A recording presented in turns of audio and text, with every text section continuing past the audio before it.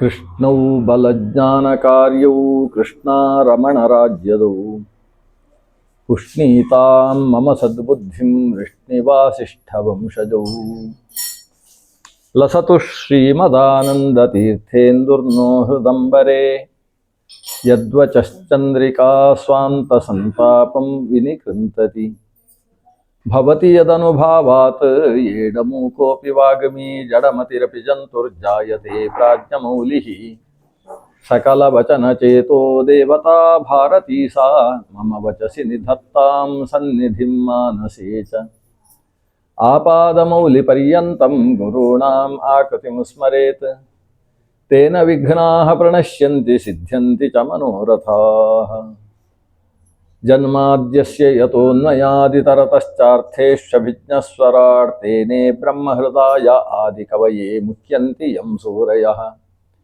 तेजो वारिमृदां यथा विनिमयो यत्र त्रिसर्गो मृषा धाम्ना स्वेन सदा निरस्तकुहकं सत्यं परं धीमहि यं प्रव्रजन्तमनुपेतमपेतकृत्यं द्वैपायनो विरहकातर आजुहाव पुत्रेति तन्मयतया तरवोऽपि नेदुः तं सर्वभूतहृदयं मुनिमानतोऽस्मि नारायणं नमस्कृत्य नरं चैव नरोत्तमं देवीं सरस्वतीं व्यासं ततो जयमुदीरयेत् सृष्टिस्थित्यप्ययेहा नियतिदृशितमो बन्धमोक्षाश्च यस्मात् अस्य श्रीब्रह्मरुद्रप्रभृतिसुरनरद्विषशत्रुत्मकस्य विष्णोर्व्यस्ताः समस्ताः सकलगुणनिधिः सर्वदोषव्यपेतः पूर्णानन्दो व्ययो यो गुरुरपि परमश्चिन्तयेतं महान्तम् तपस्वाध्याय शुश्रूषा कृष्णपूजारतं मुनिं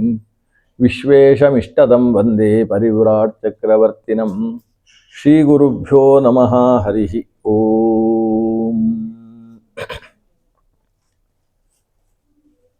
ಶ್ರೀಮದ್ಭಾಗವತ ಭಗವಾನ್ ವೇದವ್ಯಾಸರಿಂದ ವಿರಚಿತವಾದಂತಹ ಪುರಾಣ ರಾಜ ಭಗವಂತನ ಅವತಾರಗಳು ಮತ್ತು ಭಗವದ್ಭಕ್ತರ ಅವತಾರಗಳು ಅದರ ವಿಶಿಷ್ಟವಾದ ಲೀಲೆಗಳನ್ನು ವರ್ಣನೆ ಮಾಡುವುದರ ಮೂಲಕ ಮನುಷ್ಯನ ಕಲ್ಮಶಗಳನ್ನು ನಾಶ ಮಾಡತಕ್ಕಂತಹ ಪುರಾಣ ರಾಜ. ಭಗವಂತ ಪುರುಷ ಅನ್ನುವ ರೂಪ ಸ್ವೀಕಾರ ಮಾಡ್ತಾನೆ. ಜಗೃಹೇ ಪೌರುಷಂ ರೂಪಂ ಅಂತ ಭಾಗವತ ಶುರು ಆಗ್ತದೆ. ಪುರುಷ ರೂಪವನ್ನು ಭಗವಂತ ಸ್ವೀಕರಿಸಿದ. ದೇವರು ಒಂದು ರೂಪವನ್ನು ಸ್ವೀಕರಿಸುವುದು ಅಂದರೆ ಇಲ್ಲದೇ ಇದ್ದದ್ದನ್ನು ಸ್ವೀಕರಿಸುವುದಲ್ಲ. ಅವನು ಒಂದು ಗ್ರಂಥ ಬರೆಯುವುದಕ್ಕೋಸ್ಕರ ತನ್ನ ಕೈಯನ್ನು ಸ್ವೀಕರಿಸಿದ. ಹೀಗೆ ಸಂಸ್ಕೃತದಲ್ಲಿ ಪ್ರಯೋಗ ಇದೆ. ಸಹ ಗ್ರಂಥಲೇಖನಾರ್ಥಂ ಹಸ್ತಂ ಜಗ್ರಾಹ ಅಂತ. ತನ್ನ ಕೈ ಸ್ವೀಕರಿಸಿದ್ದಾನೆ ಅಂತ ಹೇಳಿದರೆ ಕೈಯನ್ನು, ಇಲ್ಲದೇ ಇದ್ದ ಕೈಯನ್ನು ಇಲ್ಲಿಗೊಂದು ಅಂಟಿಸಿಕೊಂಡ ಅಂತ ಅರ್ಥ ಅಲ್ಲ. ಮತ್ತೆ ಆ ಕೈಯನ್ನು ಪ್ರವೃತ್ತಿ ಉನ್ಮುಖವನ್ನಾಗಿಸಿದ, ಪ್ರವೃತ್ತವನ್ನಾಗಿಸಿದ ಅಂತ ಅರ್ಥ.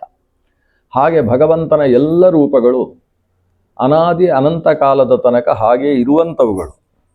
ಕೃಷ್ಣಾವತಾರ ಅಂತ ಹೇಳಿದರೆ ದೇವಕಿಯ 8ನೆಯ ಗರ್ಭದಲ್ಲಿ ಕೃಷ್ಣ ಹುಟ್ಟಿದ ಅಂತ ಹೇಳಿದರೆ ಅದಕ್ಕಿಂತ ಮುಂಚೆ ಕೃಷ್ಣ ಎಂಬ ರೂಪ ಇರಲಿಲ್ವಾ? ತ್ರೇತಾಯುಗದಲ್ಲೂ ಕೃಷ್ಣನನ್ನು ವರ್ಣನೆ ಮಾಡಿ ಆ ಕೃಷ್ಣ ರೂಪದ ಬಗ್ಗೆ ಪರಶುರಾಮಾಚಾರ್ಯರ ಸನ್ನಿಧಾನದಲ್ಲಿ ಶ್ರೀಕೃಷ್ಣ ಕರ್ಣಾಮೃತ ಅಥವಾ ಶ್ರೀಕೃಷ್ಣ ಪ್ರೇಮಾಮೃತ ಅಂತ ಹೇಳ್ತಕ್ಕಂತಹ ಒಂದು ಸ್ತೋತ್ರದ ರಚನೆ ಆಯಿತು ಅಂತ ಉಲ್ಲೇಖ ಇದೆ. ಕೃಷ್ಣಾವತಾರದ ರೂಪವನ್ನು ಇವತ್ತಿಗೂ ಕೂಡ ದೇವತೆಗಳು ಭೀಷ್ಮೀ ಸತ್ಯಾಸಮೇತವಾಗಿ ಆರಾಧನೆ ಮಾಡ್ತಾರೆ ಅಂತಿದೆ. ಅಂದರೆ ರೂಪ ಹುಟ್ಟುವುದು, ಆ ಅವತಾರದ ಉಪಸಂಹಾರ ಆಗುವುದು ಅನ್ನುವುದು ಲೋಕದೃಷ್ಟಿಯಿಂದ ನಡೆಯುವಂತಹ ಕೆಲಸ.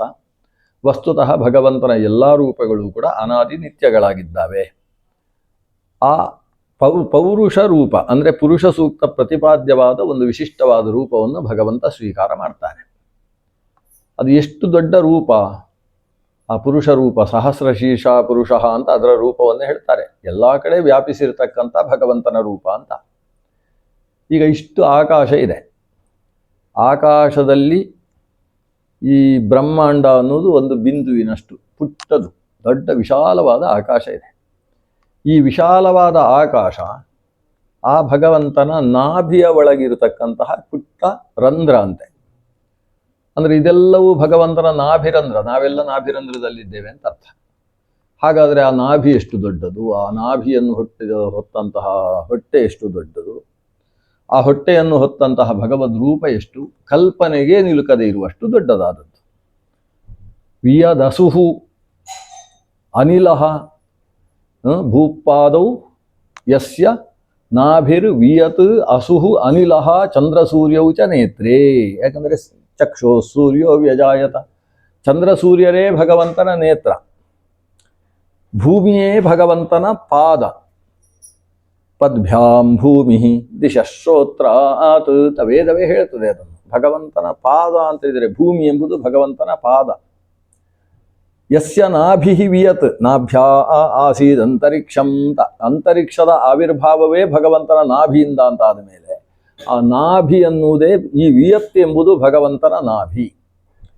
ಇಷ್ಟು ದೊಡ್ಡದು ಭಗವಂತನ ನಾಭಿ ಅಂತ ಈ ಕಲ್ಪನೆ ಇನ್ನಷ್ಟು ಮುಂದುವರೆದರೆ ಭಗವಂತನ ಒಂದು ದೊಡ್ಡ ವರಾಹ ರೂಪದ ವರ್ಣನೆ ಮಾಡ್ತಾರೆ.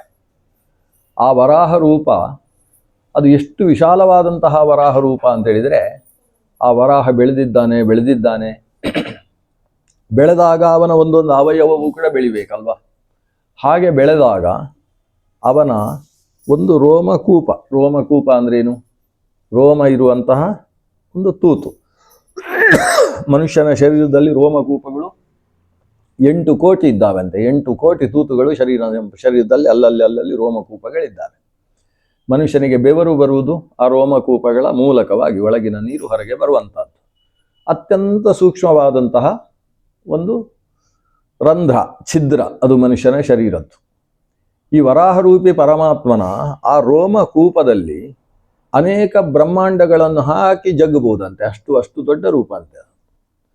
ಒಂದು ಬ್ರಹ್ಮಾಂಡ ಅಂದರೆ ಎಷ್ಟು ಅಂತ ನಾವು ಪಂಚಮಸ್ಕಂದ ಭಾಗವತ ಕೇಳಿದರೆ ನಮಗೆ ಅದನ್ನು ಅರ್ಥ ಮಾಡಿಕೊಳ್ಳಲಿಕ್ಕೆ ಸಾಧ್ಯ ಇಲ್ಲ. ಅಷ್ಟು ದೊಡ್ಡದಾದಂತಹ ಬ್ರಹ್ಮಾಂಡ, ಅನೇಕ ಬ್ರಹ್ಮಾಂಡಗಳನ್ನು ಆ ರೋಮಕೂಪದಲ್ಲಿ ಹಾಕಿ ತುಂಬಿಸಿಡ್ಬೋದು ಅಂತ ಹೇಳಿದರೆ ಆ ಭಗವಂತನ ರೋಮಕೂಪ ಎಷ್ಟು ದೊಡ್ಡದು, ಅಂತಹ ರೋಮಕೂಪದಿಂದ ಕೂಡಿದಂತಹ ಭಗವಂತನ ಸ್ವರೂಪ ಎಷ್ಟು. ಅಂದರೆ ಒಟ್ಟು ಈ ರೀತಿ ಪುರಾಣ ವರ್ಣನೆ ಮಾಡುವುದರ ಹಿನ್ನೆಲೆ ಏನು ಅಂತ ಹೇಳಿದರೆ, ಭಗವಂತನ ಅನಂತತೆಯನ್ನು ಮನುಷ್ಯ ತಾನು ಊಹೆಯಿಂದಲೂ ನಿಲುಕಿಸುವುದಕ್ಕೆ ಸಾಧ್ಯ ಇಲ್ಲ.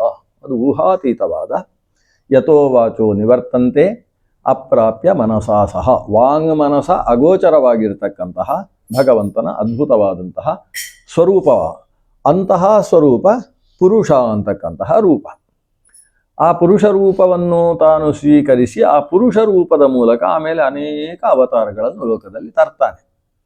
ಅವತಾರಗಳನ್ನು ಲೋಕದಲ್ಲಿ ಕಾಣಿಸಿಕೊಡುವುದರ ಹಿನ್ನೆಲೆ ದುಷ್ಟರನ್ನು ಸಂಹಾರ ಮಾಡುವುದು ಅಷ್ಟೇ ಅಲ್ಲ.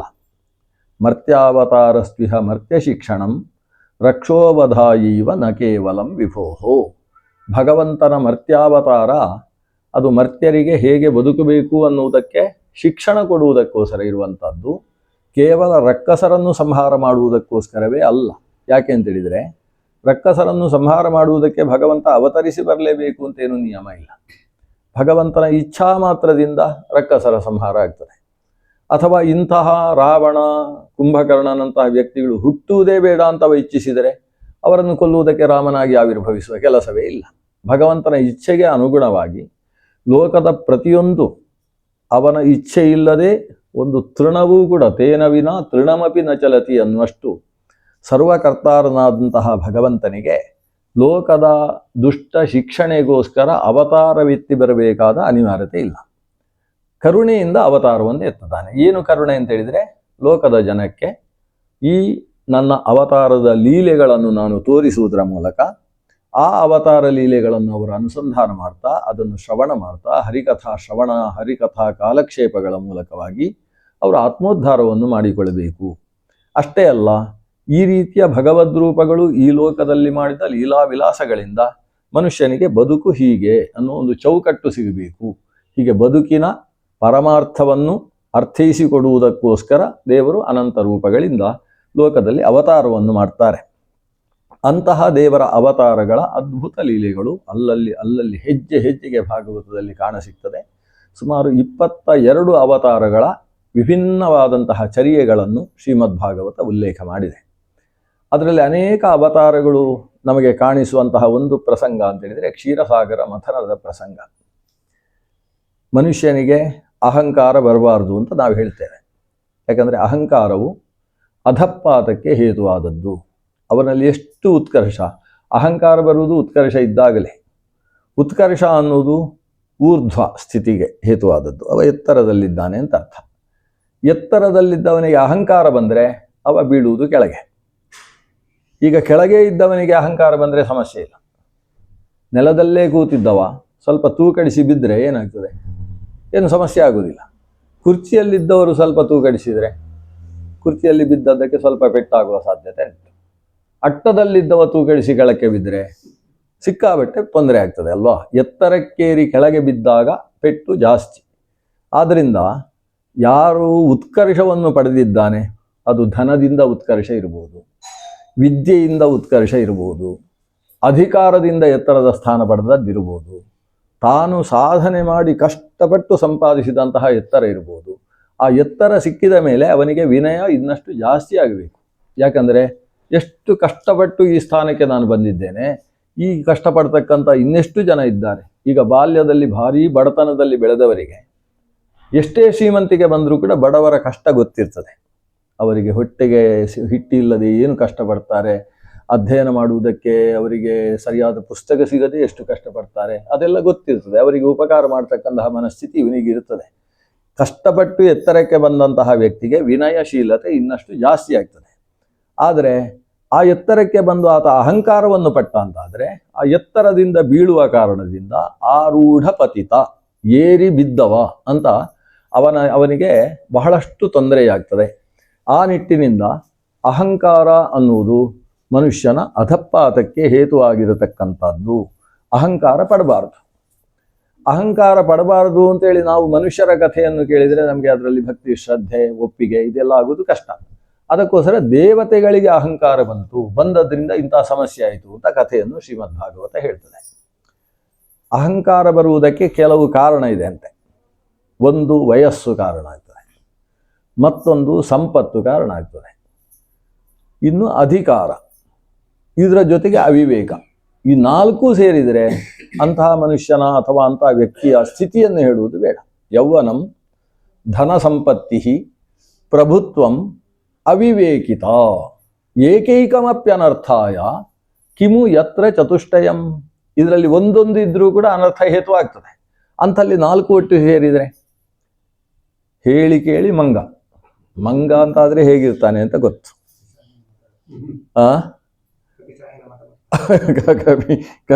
ಕಪಿಶಾಯನ ಮದಮತ್ತಃ ಅಂತ. ಅದಕ್ಕೆ ಮದ ಬೇರೆ. ಮರ್ಕಟಸ್ಯ ಸುರಾಪಾನ, ಮದಿನ್ನೂ ಸುಲಭವಾಗಿದೆ.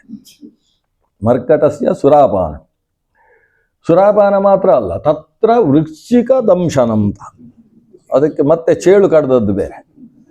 ತತ್ರಾಪಿ ಭೂತ ಸಂಚಾರ ಅಂತ ಪಿಶಾಚಾವೇಶ ಬೇರೆ ಆಗಿದೆ ಅದಕ್ಕೆ. ಯದ್ವಾ ತದ್ವಾ ಭವಿಷ್ಯತಿ. ಈ ಪರಿಸ್ಥಿತಿಯಲ್ಲಿ ಆ ಮಂಗದ ಪರಿಸ್ಥಿತಿ ಹೇಗಿರಬೇಡ. ಹಾಗೆ ಒಬ್ಬ ವ್ಯಕ್ತಿಗೆ ಯೌವನ, ಅದರ ಜೊತೆಯಲ್ಲಿ ಸಿಕ್ಕಾಬಿಟ್ಟೆ ಧನ ಸಂಪತ್ತು, ಅದರ ಜೊತೆಗೆ ಒಂದು ವಿಶೇಷವಾದ ಅಧಿಕಾರ, ಪ್ರಭುತ್ವ, ಇದರ ಜೊತೆಗೆ ಅವಿವೇಕ ಅನ್ನೋದು ಸೇರಿಕೊಂಡಿತು ಅಂತಾದರೆ ಆ ಮನುಷ್ಯನ ಪರಿಸ್ಥಿತಿ ಕೇಳಬೇಕು ಅಂತಿಲ್ಲ. ಆದರೆ ಅವನಿಗೆ ತನ್ನ ಬುದ್ಧಿಯ ಹಿಡಿತ ತನ್ನಲ್ಲಿರಬೇಕು. ಬುದ್ಧಿಯ ಮೂಲಕ ಮನಸ್ಸನ್ನು ಹಿಡಿತಕ್ಕೆ ತಂದುಕೊಳ್ಬೇಕು. ಮನಸ್ಸು ಬುದ್ಧಿಗಳು ಹಿಡಿತದಲ್ಲಿತ್ತು ಅಂತಾದರೆ ಆತ ತನ್ನ ಪರಿವಾರವನ್ನು ಹಿಡಿತದಲ್ಲಿ ಇಟ್ಟುಕೊಳ್ಳುವುದಕ್ಕೆ ಸಮರ್ಥನಾಗ್ತಾನೆ. ಹಾಗಿದ್ದ ಪಕ್ಷದಲ್ಲಿ ಆತ ಅದರಿಂದಲೇ ಉತ್ಕರ್ಷವನ್ನು ಸಂಪಾದಿಸುವುದಕ್ಕೆ ಶಕ್ತನಾಗ್ತಾನೆ. ಆದರೆ ಅದಿಲ್ಲದೆ ಹೋದರೆ ಸಮಸ್ಯೆ ಆಗ್ತದೆ. ಅಂಥ ಸ್ಥಿತಿ ದೇವೇಂದ್ರನಿಗೆ ಬಂತು ಅನ್ನೋದು ಬಹಳ ವಿಶಿಷ್ಟವಾದ ಸ್ಥಿತಿ.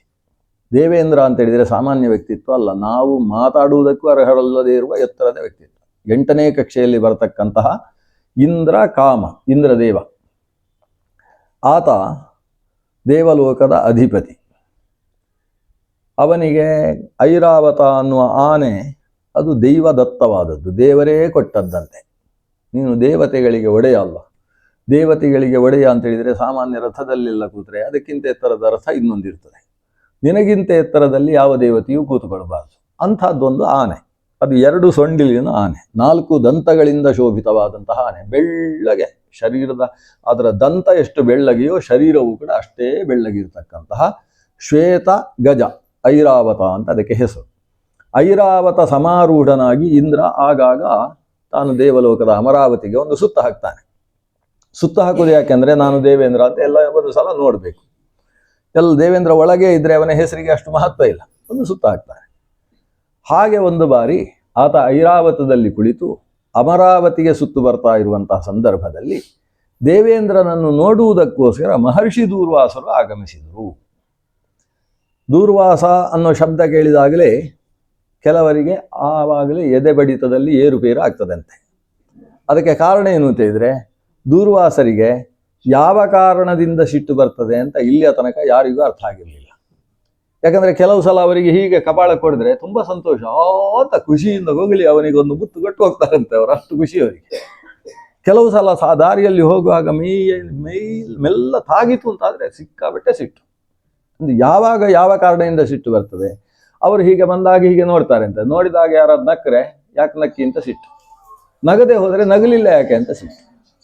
ಅದರಿಂದ ಅವರಿಗೆ ನಕ್ಕರೆ ಸಿಟ್ಟು ಬರುತ್ತೋ ನಗದೆ ಹೋದರೆ ಸಿಟ್ಟು ಬರುತ್ತೋ, ಯಾವ ಕಾರಣದಿಂದ ಇವರನ್ನು ಪ್ರಸನ್ನೀಕರಿಸಿಕೊಳ್ಬಹುದು ಅಂತ ಅರ್ಥ ಮಾಡಿಕೊಳ್ಳುವುದು ಕಷ್ಟ. ಅಂದ್ರೆ ಅವರಿಗೆ ಯಾಕೆ ಸಿಟ್ಟು ಬರ್ತಿತ್ತು ಅಂದ್ರೆ, ಎದುರುಗಡೆ ಇದ್ದವರ ಹಣೆ ಬರಹ ಸರಿ ಇಲ್ಲ ಅಂದ್ರೆ ಸಿಟ್ಟು ಬರ್ತಿತ್ತು. ಅವ್ರದ್ದು ಸರಿ ಇದ್ರೆ ಏನು ಮಾಡಿದ್ರೂ ಸಿಟ್ಟಿಲ್ಲ, ಯಾಕಂದ್ರೆ ಅಂಥ ಪ್ರಕರಣ ನಡೀತು. ಅವು ಸಾಕ್ಷಾತ್ ರುದ್ರದೇವರೇ ಅತ್ರಿ ಗೋತ್ರದಲ್ಲಿ ದೂರ್ವಾಸರಾಗಿ ಆವಿರ್ಭವಿಸಿದ್ದಾರೆ. ಅತ್ರಿಯ ಪತ್ನಿ, ಅತ್ರಿ ಅಂದರೆ ಚತುರ್ಮುಖ ಬ್ರಹ್ಮನ ಮಗ. ಅತ್ರಿ ಮಹರ್ಷಿಯ ಪತ್ನಿ ಅನಸೂಯಾದೇವಿ, ಕರ್ದಮ ಪ್ರಜಾಪತಿಯ ಮಗಳು. ಈ ಅನಸೂಯ ಮತ್ತು ಅತ್ರಿ ದಂಪತಿಗಳಲ್ಲಿ ತ್ರಿಮೂರ್ತಿಗಳು ಆವಿರ್ಭವಿಸ್ತಾರೆ. ಸಾಕ್ಷಾತ್ ಭಗವಂತ ದತ್ತಾತ್ರೇಯನಾಗಿ ಅವತರಿಸಿದ್ದಾನೆ. ರುದ್ರದೇವರು ದೂರ್ವಾಸರಾಗಿ ಚತುರ್ಮುಖ ಬ್ರಹ್ಮನ ಸನ್ನಿಧಾನ ವಿಶೇಷದಿಂದ ಚಂದ್ರ, ಅತ್ರಿ ಗೋತ್ರ ಸಮುದ್ಭವನಾಗಿ ಚಂದ್ರನು ಆವಿರ್ಭವಿಸಿದ್ದಾನೆ. ಅದರಲ್ಲಿ ಈ ದೂರ್ವಾಸ ಮಹರ್ಷಿಗಳು. ಚಂದ್ರ ತುಂಬಾ ಶಾಂತ ಅಂತೆ, ಅವನಿಗೆ ಸಿಟ್ಟು ಬರುವುದಂತಿಲ್ಲ.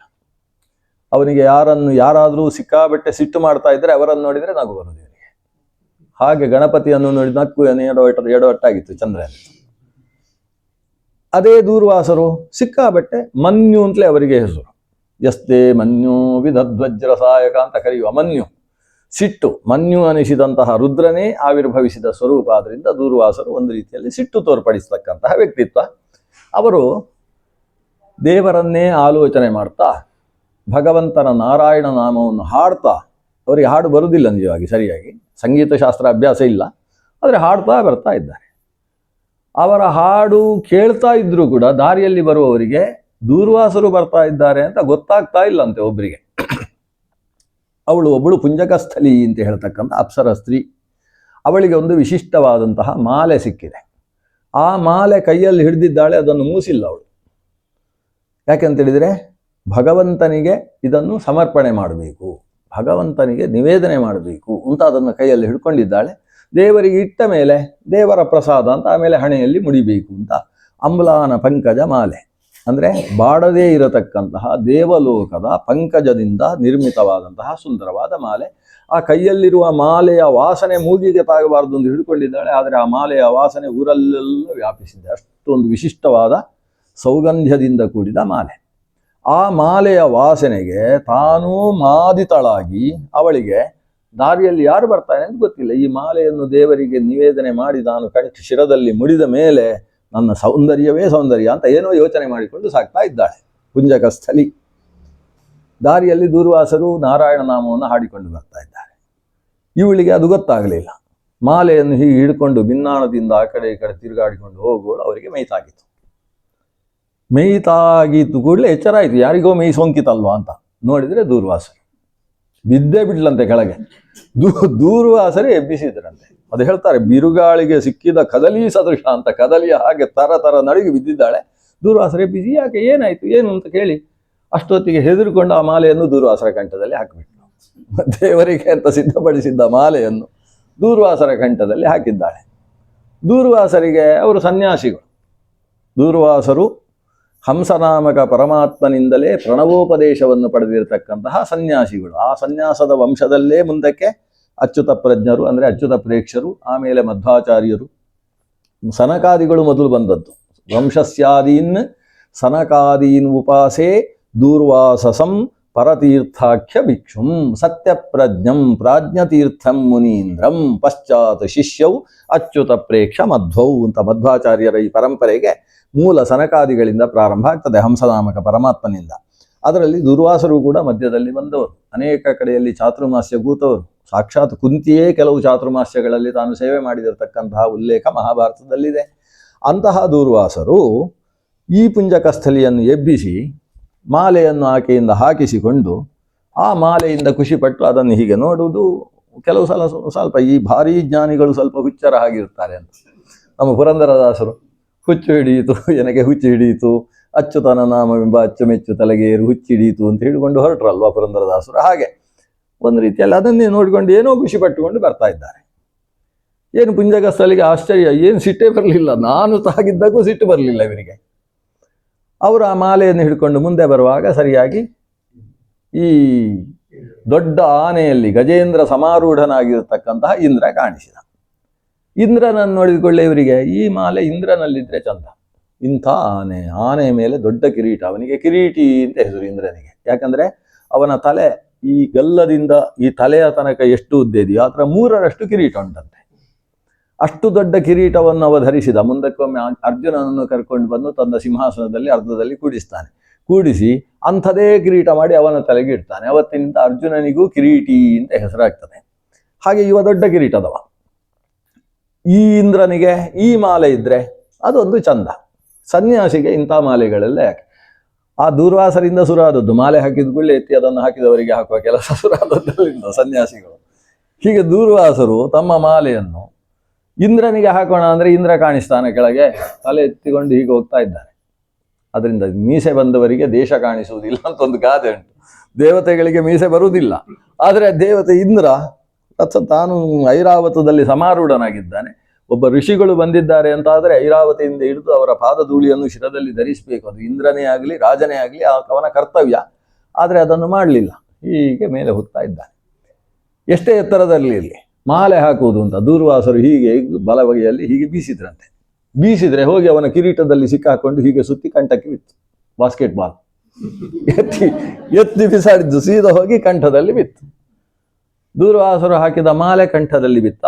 ಕಂಠದಲ್ಲಿ ಬಿದ್ದ ಮಾಲೆ ನೋಡಿ, ನಾನು ಎಂಥ ಒಂದು ಬಂಗಾರದ ಒಂದು ನಾಣ್ಯಗಳ ಸರ ಎಲ್ಲ ಹಾಕೊಂಡಿತ್ತು. ಅದರ ಮೇಲೆ ಮೌಕ್ತಿಕ ಮಾಲೆ, ಅದರ ಸುತ್ತದಲ್ಲೂ ಕೂಡ ಒಂದು ಪಲ್ಲವ ಅಂದ್ರೆ ಏನು, ಹವಳ, ಪ್ರವಾಲ ಅಂತ ಕರೀತಾರೆ. ಪ್ರವಾಲ ನಿರ್ಮಿತವಾದಂತಹ ಮಾಲೆಗಳು ಇವೆಲ್ಲ ಉಂಟು. ಅದರ ಮೇಲೆ ಈ ಪುಷ್ಪ ಮಾಲೆ ಬಂದ್ರೆ ಅದೆಲ್ಲ ಕಾಣಿಸದೇ ಹೋಗ್ತದಲ್ವಾ. ಅದಕ್ಕೆ ಇವನಿಗೆ ಸ್ವಲ್ಪ ಕಿರಿಕಿರಿ ಆಯ್ತು ಇಂದ್ರನಿಗೆ. ಆ ಮಾಲೆಯನ್ನು ತೆಗೆದ ಐರಾವತದ ಹಣೆ ಮೇಲೆ ಇಟ್ಟ. ಈ ಮಾರುತಿ ಕಾರಲ್ಲಿ ಹಾಕೊಂಡು ಹೋಗ್ತಾರೆ ಅವರಿಗೆ ಹಾಕಿದ್ದನ್ನೆಲ್ಲ ಇವನ ವಾಹನದ ಮೇಲೆ ಇಟ್ಟ. ಆ ಆನೆಗೆ ತನ್ನ ಮದ ಜಲ ಸುರಿತಾ ಇರತಕ್ಕಂತಹ ಯಾವ ಗಂಡಸ್ಥಳದ ಮೇಲೆ ಈ ಮಾಲೆ ಕೂತದ್ದಕ್ಕೆ ಆ ಮಾಲೆಗೆ ಒಂದಷ್ಟು ನೊಣಗಳು ಬಂದು ಮುತ್ತುವುದಕ್ಕೆ ಶುರು ಮಾಡ್ತವೆ. ಇದರಿಂದ ಅದಕ್ಕೆ ಒಂದು ರೀತಿ ಆ ಮದ ಏರಿತು. ಅದನ್ನು ಸೊಂಡಿಲಲ್ಲಿ ಹೀಗೆ ತೆಗೆದು ನೆಲಕ್ಕೆ ಹಾಕಿದ್ದು. ಅದು ಅಲ್ಲಿ ದೂರ್ವಾಸರಿದ್ದಾರೆ ಅದರ ಮುಂದೆ. ನೆಲಕ್ಕೆ ಹಾಕಿ ಅದರ ಮೇಲೆ ತನ್ನ ಕಾಲನ್ನು ಇಟ್ಕೊಂಡು ಒಂದು ಸಲ ತಿರುಗಿಸಿ ಮುಂದಕ್ಕೆ ಹೋಯ್ತು. ಕೆಲವರಿಗೆ ಹಾಗಿರ್ತದೆ, ದಾರಿಯಲ್ಲಿ ಜಿರಳೆಗೆಳೆ ಸಿಕ್ಕಿದ್ರೆ ಅದರ ಮೇಲೆ ಕಾಲಿಟ್ಕೊಂಡು ಸಾಯಿಸಿ ಹೋಗುವವರು ಇರ್ತಾರಲ್ಲ, ಹಾಗೆ ಇದನ್ನು ಹಾಕಿ ಒಂದು ಪುಡಿ ಮಾಡಿ ಮುಂದಕ್ಕೆ ಹೋಯಿತು ಆನೆ. ಅದರದ್ದು ಸ್ವಭಾವ ಅದು. ದೂರ್ವಾಸರು ಕಣ್ಣಾರೆ ನೋಡ್ತಾ ಇದ್ದಾರೆ. ಕಣ್ಣು ಕೆಂಪಾಯಿತು. ಹಿಂದೆ ಯಾರು ದಾರಿಯಲ್ಲಿ ಸಾಗಿದಾಗ ತೊಂದರೆ ಏನಾಗಲಿಲ್ಲ, ಈವಾಗ ಕಣ್ಣು ಕೆಂಪಾಯಿತು. ಇಂದ್ರನ ಅಹಂಕಾರದಿಂದ ಹೀಗಾಯಿತು. ಅದನ್ನು ಗಮನಿಸ್ತಾರೆ ಅವರು. ಇವನ ಮುಖ, ಎತ್ತಿದ ತಲೆ, ನಾನು ಯಾರು ಮಾಲೆ ಹಾಕಿದ್ದು ಆದರೂ ನೋಡಬೇಕೋ ಬೇಡ. ಮಾಲೆ ಹಾಕಿದ್ದು ಯಾರು? ಆಕೆ ನನ್ನ ಕಂಠಕ್ಕೆ ಮಾಲೆ ಹಾಕುವಾಗ ನಾನು ಕಂಠದಲ್ಲಿರ್ತಕ್ಕಂತಹ ಭಗವಂತನನ್ನು ಚಿಂತನೆ ಮಾಡಿ ಭಗವಂತನಿಗೆ ಒಪ್ಪಿಸಿದ ಮಾಲೆ ಇದು ಅಂತಲೇ ಭಾವಿಸಿದೆ. ಅಲ್ಲಿಂದ ಇದು ಭಗವನ್ ನೈವೇದ್ಯ, ವಿಷ್ಣು ನೈರ್ಮಾಲ್ಯ. ದುರ್ವಾಸ ಅಂದರೆ ರುದ್ರದೇವ. ಇವತ್ತು ನಾವು ದೇವರ ನೈರ್ಮಾಲ್ಯವನ್ನು ತೆಗೆಯುವಾಗ ರುದ್ರದೇವರು ಹಣೆಯ ಮೇಲೆ ಬಂಗಾರದ ತಟ್ಟೆಯನ್ನು ಹಿಡಿದು ನೈರ್ಮಾಲ್ಯ ಧಾರಣೆಗೋಸ್ಕರ ನಿಂತಿದ್ದಾರೆ ಅಂತ ಆಲೋಚನೆ ಮಾಡಿಯೇ ನೈರ್ಮಾಲ್ಯವನ್ನು ತೆಗೆಯುವುದು. ಅಂತಹ ಭಗವಂತನ ನೈರ್ಮಾಲ್ಯವನ್ನು, ಭಗವಂತನ ಪಾದ ತೊಳೆದಂತಹ ಗಂಗೋದಕವನ್ನು ಶಿರದಲ್ಲಿ ಧರಿಸಿ ಗಂಗಾಧರ ಅಂತ ಕರೆಸಿಕೊಂಡಂತಹ ಆ ರುದ್ರದೇವ ಇವತ್ತು ಭಗವಂತನ ನೈವೇದ್ಯವೆನಿಸಿದಂತಹ ಈ ನೈರ್ಮಾಲ್ಯವನ್ನು ಇಂದ್ರ ನೆಲಕ್ಕೆ ಬೀಳಿಸಿದ ಅಂತ ನೋಡಿಕೊಳ್ಳೆ ಸಿಟ್ಟಾದರು. ಕಣ್ಣು ಕೆಂಪಾಯಿತು. ಇದು ಬರೀ ಭಗವನ್ ನೈವೇದ್ಯವಾ? ಭಗವನ್ ನಿವೇದಿತವಾದ ನೈರ್ಮಾಲ್ಯ ಮಾತ್ರವೋ? ಇಂದ್ರನಿಗೆ ಸ್ವರೂಪೋದ್ಧಾರಕ ಗುರು ಅಂದ್ರೆ ರುದ್ರದೇವರೇ, ಗಿರಿಜೆ, ರುದ್ರಪತ್ನಿಯಾದಂತಹ ಗಿರಿಜೆ ಅಂದ್ರೆ ಪಾರ್ವತೀ ದೇವಿ ಆತನ ಸ್ವರೂಪೋದ್ಧಾರಕ ಗುರು. ಅಂತಹ ಪಾರ್ವತೀ ದೇವಿಯ ಗುರು ಅಂತ ಹೇಳಿದ್ರೆ ರುದ್ರದೇವ. ಅಂತಹ ರುದ್ರ ಗುರು ನೈರ್ಮಾಲ್ಯವೂ ಹೌದು. ಎರಡೂ ಆಗಿರತಕ್ಕಂತಹ ಮಾಲೆಯನ್ನು ತಾನು ಕಣ್ಣಿಗೆ ನೋಡ್ತಾ ಇರುವ ಹಾಗೆ ನೆಲದಲ್ಲಿ ಬೀಳಿಸಿ ಅದಕ್ಕೆ ತಾನು ಹೆಜ್ಜೆ ಇಟ್ಟುಕೊಂಡು ಮುಂದೆ ಸಾಗಿದ್ದನ್ನು ನೋಡಿ, ನಿನಗೆ ಇಷ್ಟೆಲ್ಲ ಅಹಂಕಾರಕ್ಕೆ ಕಾರಣ ಐಶ್ವರ್ಯ ಅಲ್ವಾ, ಎಲ್ಲ ಐಶ್ವರ್ಯವೂ ಕೂಡ ಸಾಗರದ ಪಾಲಾಗಿ ಹೋಗಲಿ ಅಂತ ಶಾಪ ಕೊಟ್ಟರು. ಇಂದ್ರ ಶಾಪ ಕೇಳಿದ ಕೂಡಲೇ ಇಂದ್ರನಿಗೂ ನಡುಗಿತು. ಅವ ಐರಾವತದಿಂದ ಇಳಿದ. ಐರಾವತದಿಂದ ಇಳಿದು ಇವರ ಪಾದಕ್ಕೆ ಬೀಳ್ತೇನೆ ಅಂದರೆ ದೂರ್ವಾಸರು ಕಾಣೆ. ಅವರು ಶಾಪ ಕೊಡಲಿಕ್ಕೆ ಸಿದ್ಧ. ಆಮೇಲೆ ಗೊತ್ತಾಗ್ತದೆ ಇದು ಆಮೇಲೆ ಉಶಾಪಕ್ಕೆ ಇವರು ಪ್ರಯತ್ನ ಪಡ್ತಾರೆ ಅಂತ.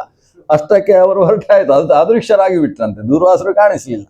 ಸರಿ, ದೂರ್ವಾಸರು ಹೇಗೂ ಸಿಗಲಿಲ್ಲ, ಆನೆ ಇರ್ತೇನೆ ನೋಡಿದರೆ ಆನೆಯೂ ಇಲ್ಲ. ಅವರ ಶಾಪದ ಪರಿಣಾಮವಾಗಿ ಐರಾವತ, ಸುಪ್ರತೀಕ, ಕುಮುದ, ಅಂಜನ ಮೊದಲಾದ ದಿಗ್ಗಜಗಳೇ ಕಾಣೆಯಾಗಿಬಿಟ್ಟು. ಅವರ ಉಪವನದಲ್ಲಿದ್ದಂತಹ 5 ರೀತಿಯ ಕಲ್ಪವೃಕ್ಷಗಳಿದ್ದು, ಮಾಲತಿ ಮೊದಲಾದಂತಹ ಕಲ್ಪವೃಕ್ಷಗಳು, ಪಾರಿಜಾತವು ಅದರಲ್ಲಿ ಒಂದು. ಅಷ್ಟು ಮಾಲತಿ, ಮಂದಾರ, ಪಾರಿಜಾತ ಮೊದಲಾದಂತಹ ಕಲ್ಪವೃಕ್ಷಗಳು. ಕಲ್ಪವೃಕ್ಷ ಅಂದ್ರೇನು? ಕಲ್ಪಿಸಿದ್ದನ್ನು ಕೊಡತಕ್ಕಂತಹ ವೃಕ್ಷ. ಮನಸ್ಸಿನಲ್ಲಿ ಕಲ್ಪಿಸಿ ಅದರ ಕೆಳಗೆ ಕೂತ್ಕೊಂಡು ಕೈ ಮುಗಿದ್ರೆ ಆಯ್ತು, ಬೇಕಾದ್ದು ಸಿಕ್ಕಿಬಿಡ್ತದೆ ಅಂತಹ ವೃಕ್ಷ. ಅದರ ಪಕ್ಕದಲ್ಲಿ ಒಂದು ಮಣಿಪರ್ವತ ಇತ್ತು, ಚಿಂತಾಮಣಿ ಅಂತ ಅದಕ್ಕೆ ಹೆಸರು. ಚಿಂತಿಸಿದ್ದನ್ನು ಕೊಡುವ ಮಣಿ. ಅದರ ಮುಂದೆ ಕೂತ್ಕೊಂಡು ಆತ ಚಿಂತಿಸಿದರೆ ಸಾಕು, ಆ ಪರ್ವತದಿಂದ ಭರ್ರನೆ ಜಾರಿ ಬೀಳ್ತದೆ. ಅಂಥ ಮಣಿಪರ್ವತ ಚಿಂತಾಮಣಿಯಲ್ಲಿದೆ.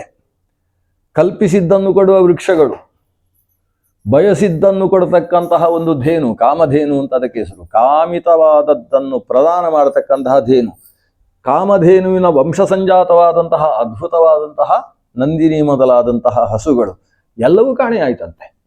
ಕೊನೆಗೆ ತಮ್ಮ ದೇವಲೋಕದ್ದೇ ಆದ ವಿಶೇಷ ಅಂತ ಹೇಳಿ, ಪ್ರಪಂಚಕ್ಕಿಂತ ಭೂಲೋಕಕ್ಕಿಂತ ದೇವಲೋಕದಲ್ಲಿ ಇದೇ ವಿಶೇಷ ಅಂತ ಹೇಳುವಂತಹ ವಿಶೇಷಗಳು ಸುಮಾರು 16 ವಿಶೇಷಗಳಿದ್ದು, ಅದರಲ್ಲಿ ರಂಭಾ, ಊರ್ವಶಿ, ತಿಲೋತ್ತಮ ಮೊದಲಾದಂತಹ ಸ್ತ್ರೀ ಸಮುದಾಯವೂ ಕೂಡ ಒಂದು. ಆ ಸ್ತ್ರೀ ಸಮುದಾಯವೂ ಕಾಣೆಯಾಗಿ ಹೋಯಿತು. ಅಮರಾವತಿ ಪಟ್ಟಣ ಇಂಥದ್ದು ಅಂತ ಕಾಣಿಸುವುದಕ್ಕೆ ಪತಾಕೆಗಳಿದ್ದು, ಅದ್ಭುತವಾದ ಪತಾಕೆ. ಯಾವ ದಿಕ್ಕಿನಲ್ಲಿ ಹೇಗೆ ಬೀಸಿದರೆ ಗಾಳಿ ಬೀಸ್ತದೋ ಆ ರೀತಿಯಲ್ಲಿ ಬಂದ ವ್ಯಕ್ತಿಗಳನ್ನು ತಾನಾಗಿ ಸ್ವಾಗತ ಮಾಡ್ತಕ್ಕಂತಹ ಚೈತನ್ಯೋಪೇತವಾದಂತಹ ಪತಾಕ. ಆ ಪತಾಕ, ಧ್ವಜ ಅವೆಲ್ಲವೂ ಕೂಡ ಏನು ಪ್ರಶ್ನೆ ಬಂದರೆ ಕೇಳ್ಬೋದು. ಪತಾಕೆ, ಧ್ವಜ ಇತ್ಯಾದಿಗಳೆಲ್ಲವೂ ಕೂಡ ಕಾಣೆಯಾಗಿ ಹೋಗಿದ್ದಾವೆ. ಪತಾಕೆ ಅಂತ ಹೇಳಿದರೆ ಹೀಗೆ ಬೀಸ್ತಕ್ಕಂತಹ ಆಕಾಶದಲ್ಲಿ ಒಂದು ದೇವಸ್ಥಾನಗಳಲ್ಲೆಲ್ಲ ಪತಾಕೋತ್ಸವ ಅಂತಲೇ ನಡೀತದೆ. ಇಲ್ಲಿ ಶ್ರೀರಾಮ್ ಜೈರಾಮ್ ಅಂತ ಎಲ್ಲ ಹಾಕಿ ಒಂದು ಎಲ್ಲ ಹಿಡ್ಕೊಂಡು ಹೋಗ್ತಾ ಇರ್ತಾರಲ್ಲ, ಅದೆಲ್ಲ ಪತಾಕೆ. ಧ್ವಜ ಬೇರೆ, ಪತಾಕೆ ಬೇರೆ. ಧ್ವಜ ಅನ್ನೋದು ಚೌಕಾಕಾರವಾಗಿರ್ತದೆ, ಪತಾಕೆ ಅನ್ನೋದು ಅಲಂಕಾರಪ್ರಾಯವಾಗಿರ್ತದೆ. ಇವತ್ತು ಧ್ವಜ ಪತಾಕ ಅನ್ನೋದನ್ನು ಸಮಾನಾರ್ಥದಲ್ಲೂ ವ್ಯವಹಾರ ಮಾಡ್ತಾರೆ. ಆದರೆ ವಸ್ತುತಃ ಪತಾಕ ಬೇರೆ, ಧ್ವಜ ಬೇರೆ. ಈಗ ರಾಷ್ಟ್ರ ಧ್ವಜ ಅಂತ ಹೇಳ್ತೇವಲ್ಲ, ಅದು ಧ್ವಜ, ಅದು ಪತಾಕೆ ಅಲ್ಲ. ದೇವಸ್ಥಾನದ ಮೇಲೆಲ್ಲ ಹಾಕಿರ್ತಾರಲ್ಲ, ಅದೆಲ್ಲ ಪತಾಕ ಅಂತ ಕರೆಸಿಕೊಳ್ಳುವಂಥದ್ದು. ಎಲ್ಲವೂ ಕಾಣೆಯಾದಂತಹ ಸ್ಥಿತಿಯಲ್ಲಿ ದೇವೇಂದ್ರನಿಗೆ ದೇವಲೋಕ ಅನ್ನುವುದು ಭೂಲೋಕಕ್ಕಿಂತ ನಿಕೃಷ್ಟ ಅನ್ನುವ ಪ್ರಸಂಗ ಬಂದಾಗ ಅಗ್ನಿಯಾದಿ ದೇವತೆಗಳು ದೇವೇಂದ್ರನನ್ನು ಮುಂದಿಟ್ಟುಕೊಂಡು ಹೋಗಿ ಚತುರ್ಮುಖ ಬ್ರಹ್ಮನಲ್ಲಿ ದೂರು ಹೇಳ್ತಾರೆ. ಅವರಿಗೆ ಸಮಸ್ಯೆ ಆದಾಗೆಲ್ಲ ಚತುರ್ಮುಖನ ಹತ್ರ ಹೋಗ್ತಾರೆ, ಅಜ್ಜನ ಹತ್ರ ಹೋಗೋದು. ಚತುರ್ಮುಖ ಬ್ರಹ್ಮ ಹೇಳ್ತಾನೆ, ಸ್ವಲ್ಪ ಕಷ್ಟ ಆಯ್ತಿದು. ಯಾಕಂದರೆ ನನ್ನ ಸೃಷ್ಟಿ ಕಾಣೆಯಾಗಿದೆ ಅಂತ ಹೇಳಿದರೆ ಅದು ಯಾರಿಂದ? ದೂರ್ವಾಸರ ಶಾಪದಿಂದ. ಒಬ್ಬ ಬ್ರಾಹ್ಮಣನ ಶಾಪ ಅಂತೇಳಿದರೆ ಬ್ರಹ್ಮದೇವನಾಗಿ ನಾನು ಕೂಡ ಅದಕ್ಕೆ ಉಶಾಪ ಕೊಡುವುದಕ್ಕೆ ಸಾಧ್ಯ ಇಲ್ಲ. ಆದ್ದರಿಂದ ಇಂಥದ್ದಕ್ಕೆಲ್ಲ ಗತಿ ಒಬ್ಬನೇ. ಮುರಹರ ನಗಧರ ನೀನೇ ಗತಿ ಅಂತ ಆ ಭಗವಂತನ ಹತ್ರ ಚತುರ್ಮುಖ ಬ್ರಹ್ಮ ಕರ್ಕೊಂಡು ಹೋಗ್ತಾನೆ. ಎಲ್ಲಿಗೆ? ಕ್ಷೀರಸಾಗರದ ತೀರಕ್ಕೆ ಕರ್ಕೊಂಡು ಬರ್ತಾನೆ. ಕ್ಷೀರಸಾಗರದ ತೀರದಲ್ಲಿ ಕುಳಿತುಕೊಂಡು ನಾರಾಯಣ ಜಪ ಪ್ರಾರಂಭ ಆಗ್ತದೆ. ಪುರುಷ ಸೂಕ್ತದಿಂದ ದೇವರ ಆರಾಧನೆ ನಡೀತದೆ. ಭಗವಂತ ಕಾಣಿಸಿಕೊಳ್ತಾನೆ. ಯಾರಿಗೆ? ಚತುರ್ಮುಖ ಬ್ರಹ್ಮನಿಗೆ ಕಾಣಿಸಿಕೊಳ್ತಾನೆ. ಉಳಿದವರಿಗೆ ಬರೀ ತೇಜಸ್ಸಿನ ರೂಪದಲ್ಲಿ ಕಾಣಿಸ್ತಾನೆ. ದೇವತೆಗಳಿಗೆ ಹೇಳ್ತಾನೆ, ಮಾಡಿದ್ದೊಣ್ಣ ಮಹಾರಾಯ ಅಂತ ಗಾದೆ. ಮಾಡಿದ್ದಕ್ಕೆ ಸರಿಯಾದದ್ದನ್ನು ಅನುಭವಿಸ್ತಾ ಇದ್ದೀರಿ. ಒಬ್ಬ ವಿಪ್ರೋತ್ತಮನಿಗೆ, ಅದು ಕೂಡ ಭಗವಂತನ ನಾಮಸ್ಮರಣೆಯಲ್ಲಿ ರತನಾದಂತಹ ವಿಪ್ರನಿಗೆ ಅವಮಾನನವನ್ನು ಮಾಡಿದ್ದು ಅನ್ನೋದು ಇಲ್ಲಿ ದೊಡ್ಡ ವಿಷಯ ಆಗಲಿಲ್ಲ. ಯಾಕಂದರೆ ಅವನಿಗೆ ನೀವೇನು ಅವಮಾನ ಮಾಡಿದ್ದಲ್ಲ.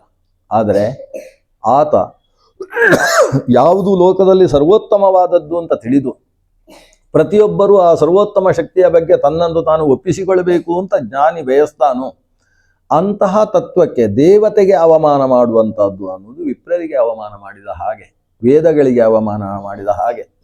ಅಂತ ಭಗವನ್ನಿವೇದಿತವಾದಂತಹ ಪುಷ್ಪವನ್ನು ವಿಪ್ರೋತ್ತಮನ ಮುಂದೆಯೇ ತನ್ನ ಕಂಠದಿಂದ ತೆಗೆದು ನೆಲಕ್ಕೆ ಬೀಳುವ ಹಾಗೆ ಮಾಡಿದ ಕಾರಣ ನಿನ್ನಲ್ಲಿದ್ದಂತಹ ಅಹಂಬುದ್ಧಿ. ಆ ಅಹಂಬುದ್ಧಿಗೆ ಸರಿಯಾಗಿ ಸಿಕ್ಕಿರತಕ್ಕಂತಹ ಒಂದು ಶಾಸ್ತಿ ಇದು, ಅದನ್ನು ಅನುಭವಿಸಬೇಕಾಗ್ತದೆ.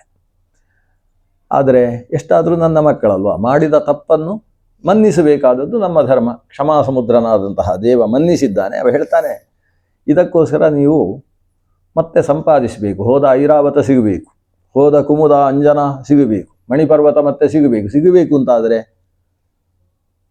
ನನಗೊಂದು ಮದುವೆಯೂ ಆಗಬೇಕು ಈ ವ್ಯವಸ್ಥೆ ಇಟ್ಟುಕೊಂಡು. ಅವನು ದೇವರದ್ದು ಒಂದು ಉದ್ದೇಶ ಇದೆ. ಈ ಕಾರಣದಿಂದ ನನಗೆ ಮಾವನಾಗಬೇಕಾದವನಿಗೆ ವರುಣ ಅಂತ ಹೆಸರು. ಅವನ ಆಧಿಪತ್ಯಕ್ಕೆ ಒಳಪಟ್ಟದ್ದು ಕ್ಷೀರಸಾಗರ. ಕ್ಷೀರಸಾಗರ ಅನ್ನೋದು ಅವನದ್ದೇ ಆದಂತಹ ಸ್ವರೂಪ. ಕ್ಷೀರಸಾಗರ ಅಂದರೆ ವರುಣ ರೂಪ. ಆ ವರುಣಾಲಯ ಏನಿದೆ ಕ್ಷೀರಸಾಗರ, ಅದನ್ನು ಮಥನ ಮಾಡಬೇಕು. ಮಥನ ಮಾಡುವುದಕ್ಕೆ ಸಾಮಾನ್ಯ ಕಡೆಗೋಲು ಸಾಕಾಗುವುದಿಲ್ಲ.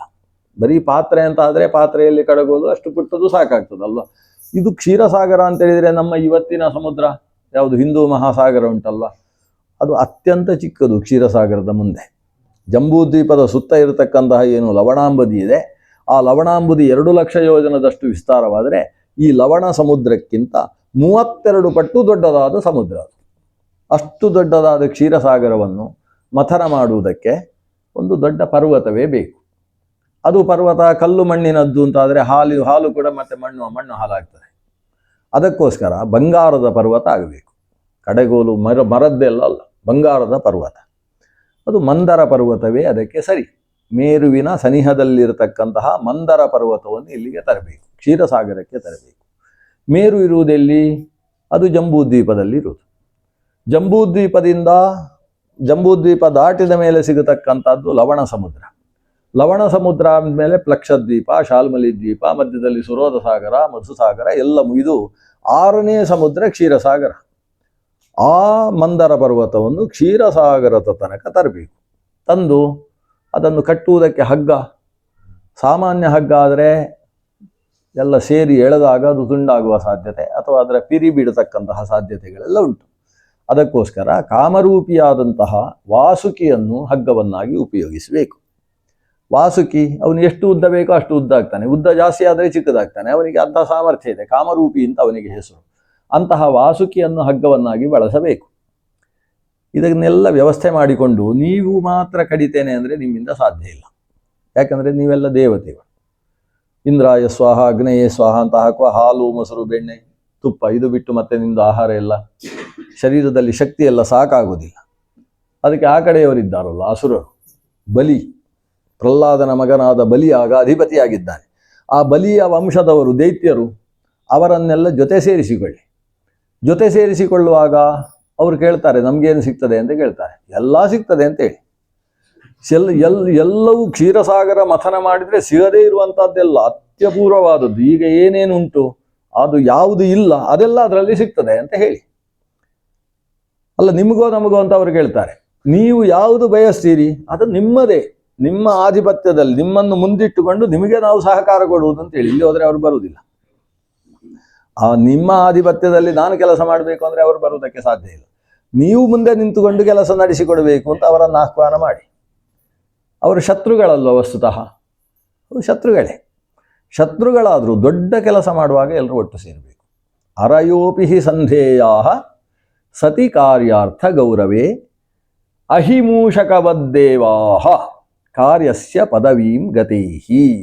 ಒಂದು ದೊಡ್ಡ ಕೆಲಸ ಆಗಬೇಕು ಅಂತ ನಿರ್ಧಾರ ಮಾಡಿರತಕ್ಕಂಥ ವ್ಯಕ್ತಿಗಳು, ಅದು ನಡೆಯುವುದಕ್ಕೆ ಇಂಥವರ ಸಹಕಾರ ಬೇಕು ಅಂತ ಅನಿಸಿದಾಗ ಅವರು ಶತ್ರುಗಳಾದರೂ ಕೂಡ ಅವರನ್ನು ಜೊತೆ ಸೇರಿಸಿಕೊಳ್ಬೇಕು. ಕೆಲಸ ಮುಗಿಸಬೇಕು. ಮೊದಲು ಕೆಲಸ ಮುಗಿದ ಮೇಲೆ ಸಮಸ್ಯೆ ಆಗ್ತದಲ್ಲ, ಅವರೆಲ್ಲ ಮಹಾಬಲಿಷ್ಠರಾಗಿ ಮತ್ತೆ ನಮಗೆ ತೊಂದರೆ ಆಗುವುದಿಲ್ವೇ? ಆವಾಗ ಮತ್ತೆ ಯೋಚನೆ ಮಾಡಬೇಕು, ಇವರನ್ನು ಮುಗಿಸುವುದಕ್ಕೆ ಈಗ ಏನು ಉಪಾಯ, ಆಮೇಲೆ ಯೋಚನೆ ಮಾಡಬೇಕು. ಮೊದಲು ಕೆಲಸ ಮುಗಿಯುವಲ್ಲ ತನಕ ಅವರನ್ನು ಜೊತೆಗೆ ಸೇರಿಸಿಕೊಳ್ಬೇಕು. ಅಹಿಮೂಷಕ ನ್ಯಾಯದ ಹಾಗೆ ಅಂತ ದೇವರೇ ಹೇಳಿಕೊಡುವುದು. ಕೆಲವೆಲ್ಲ ತಪ್ಪು ಮಾಡುವುದು ಹೇಗೆ ಅಂತಲೂ ದೇವರೇ ಹೇಳಿಕೊಡುವುದು. ಇಲ್ಲಿ ಹೋದರೆ ಪ್ರಪಂಚದಲ್ಲಿ ಇಷ್ಟು ತಪ್ಪುಗಳು ಹೇಗೆ ನಡೆಯುತ್ತೆ? ದೇವರೇ ತಪ್ಪು ಮಾಡುವುದು ಹೇಗೆ, ಅಂಥ ತಪ್ಪು ಮಾಡಿತು ಅಂತಾದರೆ ಅದಕ್ಕೆ ಏನು ಶಿಕ್ಷೆ ಕೊಡಬೇಕು, ಎಲ್ಲವೂ ದೇವರದೇ. ಶ್ರುತಿ ಸ್ಮೃತಿ ಹರೇ ರಾಜ್ಞೆ, ಅವನೇ ಕೊಟ್ಟಂತಹ ಆಜ್ಞೆಗಳು ಶ್ರುತಿ ಸ್ಮೃತಿಗಳು ಅಂತ ಹೇಳಿದರೆ. ದೇವರು ಹೇಳ್ತಾನೆ ಅಹಿಮೂಷಕ ನ್ಯಾಯದಂತೆ. ಬುಟ್ಟಿಯಲ್ಲಿ ಸರ್ಪವನ್ನು ತಾನು ಹಿಡಿದಿಟ್ಟಿದ್ದಾನೆ. ಸರ್ಪಕ್ಕೆ ಹೇಗಾದರೂ ಇವನ ಕೈಯಿಂದ ಬಿಡಿಸಿಕೊಳ್ಬೇಕು ಅಂತೇಳಿ ಆಸೆ. ಸರ್ಪ ಸಾಯಬಾರ್ದು ಅಂತೇಳಿ ಅದಕ್ಕೆ 10 ದಿವಸಕ್ಕೊಂದು ಇಲಿಯನ್ನು ಒಳಗೆ ಹಾಕ್ತಾರೆ. ಒಳಗೆ ಹಾಕುವುದು, ಮುಚ್ಚುವುದು. ಇದು ಇಲಿ ತಿಂದು ಮತ್ತೆ 10 ದಿವಸ ತನ್ನ ಆಹಾರ ಅದರಲ್ಲಿ ಚೆನ್ನಾಗಿ ಬದುಕಬೇಕು. ಹೇಗಾದರೂ ಬಿಡಿಸಿಕೊಳ್ಬೇಕು. ಏನು ಮಾಡುವುದು? ಒಂದು ಇಲಿ ಹಾಕಿದಂತೆ. ಇಲಿ ಹಾಕಿದ ಕೂಡಲೇ ಇಲಿ ಹೆದರ್ಕೊಂಡು ಹತ್ತಿ ತೋಡ್ಲಿಕ್ಕೆ ಶುರು ಮಾಡಿದ್ದು. ಸರ್ಪ ಮುಟ್ಲೇ ಇಲ್ಲ, ಅದನ್ನು ಸುಮ್ಮನೆ ಮಲ್ಕೊಂಡಿತ್ತು. ಇಲಿಗೆ ಆಶ್ಚರ್ಯ ಆಯಿತು. ಸರ್ಪ ಮಾತಾಡಿತಂತೆ ಇಲಿ ಹತ್ರ, ನಿನ್ನನ್ನು ನಾನು ತಿನ್ನುವುದಿಲ್ಲ, ನೀನು ನಾನು ಗೆಳೆಯರು ಅಂತ ಹೇಳಿತು ಸರ್ಪ. ಹೌದಾ? ಇಲಿಗೆ ಆಶ್ಚರ್ಯ. ಅಲ್ಲ, ನೀನೊಂದು ಉಪಕಾರ ಮಾಡು, ನಾನು ಹೀಗೆ ಹೆಡೆ ಎತ್ತುತ್ತೇನೆ, ನನ್ನ ಹೆಡೆ ಮೇಲೆ ಹತ್ತಬೇಕು, ಹತ್ತಿ ಆ ಬುಟ್ಟಿಯ ಮೇಲೆ ಕಟ್ಟಿದಾರಲ್ಲ ಮುಚ್ಚಳ, ಅದನ್ನು ನೀನು ಕಟ ಕಟ ಕಟ ಅಂತ. ಇಲಿಗೆ ಅದೆಲ್ಲ ಬಹಳ ಸುಂದರವಾಗಿ ಗೊತ್ತಿದೆ. ಅದನ್ನು ತುಂಡು ಮಾಡಬೇಕು. ತುಂಡು ಮಾಡಿದ ಮೇಲೆ ನಾವಿಬ್ಬರು ಹೊರಗೆ ಹೋಗೋಣ, ಸುಖವಾಗಿರೋಣ ಅಂತ. ಇಲಿಗೆ ಭಾರಿ ಖುಷಿ ಆಯಿತು. ಹೆಡೆ ಮೇಲೆ ನಿಂತು ಅದನ್ನು ಬಿಚ್ಚಿದು, ಬಾಗಿಲು ತೆಗೆದು ಕೂಡಲೇ ಹೊರಗೆ ಹಾರಿತು, ಪಟ್ಟ ಅಂತ ನುಂಗಿ ಹಾಕಿತಂತೆ ಇಲಿಯನ್ನು. ಇದಕ್ಕೆ ಅಹಿಮೂಷಕ ನ್ಯಾಯ ಅಂತ ಹೆಸರು. ಕೆಲಸ ಆಗುವಲ್ಲಿ ತನಕ ಚೆನ್ನಾಗಿ ಉಪಯೋಗಿಸಿಕೊಂಡು ಆಮೇಲೆ ನುಂಗಿ ನೀರು ಕುಡಿಯೋದು. ಇದು ಈ ಕ್ರಮವನ್ನು ಅನುಸರಿಸಬೇಕಪ್ಪ. ದೊಡ್ಡ ಕೆಲಸ ಆಗಬೇಕಾದ್ರೆ ಇದೆಲ್ಲ ಬೇಕಾಗ್ತದೆ. ರಾಜಕಾರಣ ಅಂತೇಳಿದರೆ ಇದೇ. ಆದ್ದರಿಂದ ನೀವು ಅಸುರರಲ್ಲೂ ಕೂಡ ಕೇಳಿಕೊಳ್ಳಬೇಕು, ಅವರನ್ನು ಜೊತೆ ಸೇರಿಸಿಕೊಂಡು ಈ ಕ್ಷೀರಸಾಗರ ಮಥನದಲ್ಲಿ ಒಟ್ಟಾಗಿ ಸೇರಿ ಸಾಧನೆಯನ್ನು ಮಾಡಿ ಹೋದಂತಹ ಸಂಪತ್ತು ಮತ್ತೆ ಬರುವುದಕ್ಕಿರುವ ಏಕೈಕ ಮಾರ್ಗ ಇದು ಅಂತ ದೇವರು ಉಪದೇಶಿಸಿದರು. ಇಂದ್ರಾದಿಗಳಿಗೆ ಭಾರಿ ಒಳ್ಳೆಯ ಕೆಲಸ. ಆದರೆ ಮೊದಲು ಪೂರ್ವ ಸಿದ್ಧತೆಗಳಾಗಬೇಕು. ಪೂರ್ವ ಸಿದ್ಧತೆ ಆಗಬೇಕು ಅಂತಾದರೆ ಅದರಲ್ಲಿ ಭಾರಿ ಕಷ್ಟದ ಕೆಲಸ ಅಂತ ಹೇಳಿದರೆ ಯಾವುದು? ಮಂದರ ಪರ್ವತವನ್ನು ತಂದಿಲ್ಲಿಡುವುದು. ಮಂದರ ಪರ್ವತ ಅಸಾಧಾರಣವಾದ ಪರ್ವತ. ಮೇರು ಪರ್ವತದ ನಂತರ ಇರತಕ್ಕಂಥ ದೊಡ್ಡ ಪರ್ವತ ಅಂದರೆ ಮಂದರ. ಮೇರು ಪರ್ವತವನ್ನು ಯಾಕೆ ಹೇಳಲಿಲ್ಲ ಭಗವಂತ ಅಂದರೆ, ಅದನ್ನು ಕಿತ್ತುಕೊಂಡು ಬಂದರೆ ಭೂಮಿಯೇ ಆ ಕಡೆ ಈ ಕಡೆ ಆಗ್ತದೆ. ಅದಕ್ಕೆ ಮೇರು ಪರ್ವತವನ್ನು ಮುಟ್ಲಿಕ್ಕಿಲ್ಲ. ಅಲ್ಲದೆ ಮೇರು ಪರ್ವತದ ಕೆಳಭಾಗ ತೆಳ್ಳಗಿರುವುದು, ಮೇಲ್ಭಾಗ ದೊಡ್ಡದಿರುವುದು, ಅದನ್ನು ತಿರುಗಿಸಿಟ್ಟು ಮಥನ ಮಾಡಬೇಕಾಗ್ತದೆ.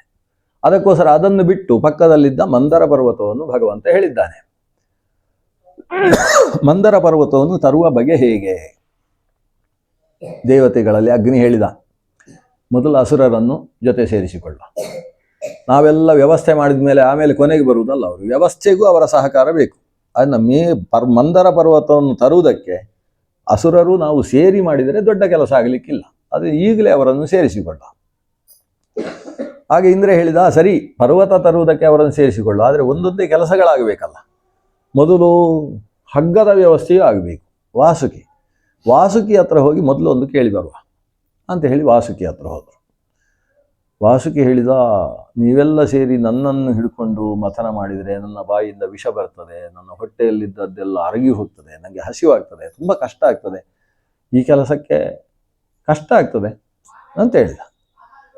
ಆವಾಗ ಅಗ್ನಿಗೆ ಗೊತ್ತಾಯಿತು ಹೀಗೆಲ್ಲ ಹೇಳುವವರ ಉದ್ದೇಶ ಏನಿರ್ತದೆ, ನನಗೆ ಏನು ಸಿಗ್ತದೆ ಅಂತ ಪ್ರಶ್ನೆ ಇರ್ತದೆ. ಆದರೆ ಇವನಿಗೆ ಏನು ಸಿಗ್ತದೆ ಅನ್ನೋದು ಪ್ರಶ್ನೆ ಅಲ್ವಾ. ಇಂದ್ರನ ಹತ್ರ ಹೇಳಿದ, ಅವರಿಗೆ ಏನು ಕೊಡ್ತೇವೆ ಅಂತ ಹೇಳಿಬಿಡಿ, ಆಮೇಲೆ ಸರಿ ಆಗ್ತದೆ ಅಂತ. ಅಗ್ನಿ ಇದರಲ್ಲೆಲ್ಲ ಭಾರಿ ಚುರುಕು.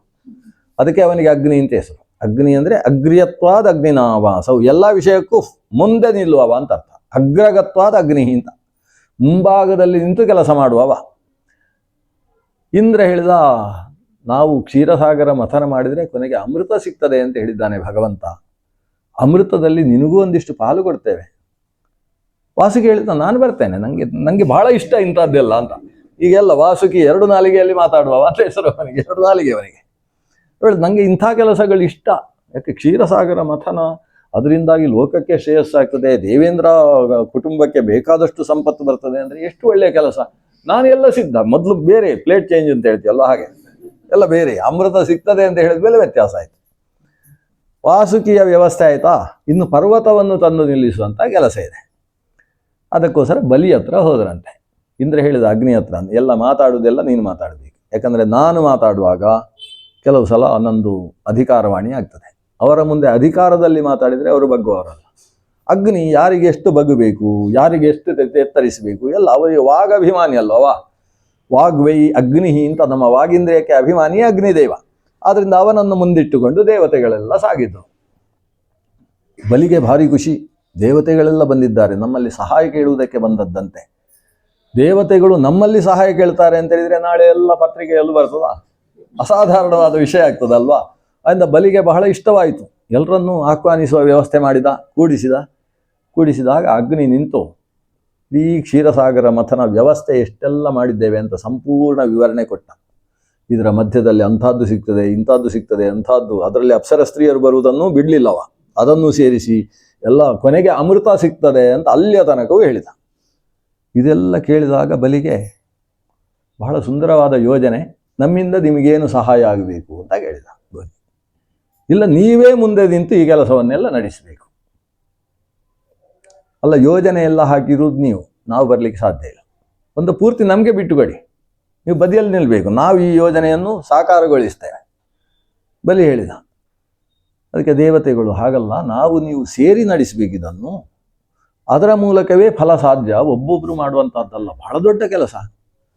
ಆಗ ಬಲಿ ಹೇಳಿದ, ಹಾಗಾದರೆ ನಾವು ನಡೆಸ್ತೇವೆ, ನಮಗೆ ನಿಮ್ಮ ಸಹಕಾರ ಬೇಕಷ್ಟೇ, ನಮ್ಮ ಜೊತೆಗೆ ನೀವು ಕೆಲಸ ಮಾಡುವುದಾದರೆ. ಭಗವಂತ ಮೊದಲೇ ಹೇಳಿಕೊಟ್ಟಿದ್ದ, ಎಲ್ಲ ಹೀಗೆ ಆಗ್ತದೆ, ನೀವು ಅಲ್ಲಿ ಹೋಗಿ ಅವ್ರು ಏನು ಕೇಳ್ತಾರೆ ಯಾವುದೂ ಇಲ್ಲ ಅಂತ ಹೇಳಬೇಡಿ, ಎಲ್ಲಕ್ಕೂ ಒಪ್ಪಿಕೊಳ್ಳಿ ಅಂತ. ಅಗ್ನಿ ದೇವೇಂದ್ರನ ಮುಖ ನೋಡಿದ, ನೋಡಿ ಹೀಗೆ ಕೇಳ್ತಾರೆ ಹೇಗೆ, ಸರಿ ಅವರ ಕೈ ಕೆಳಗೆ ನಮ್ಮ ಕೆಲಸ ಅಂತ ದೇವೇಂದ್ರ ಅದನ್ನು ಒಪ್ಪಿಕೊಂಡಿದ್ದಾನೆ.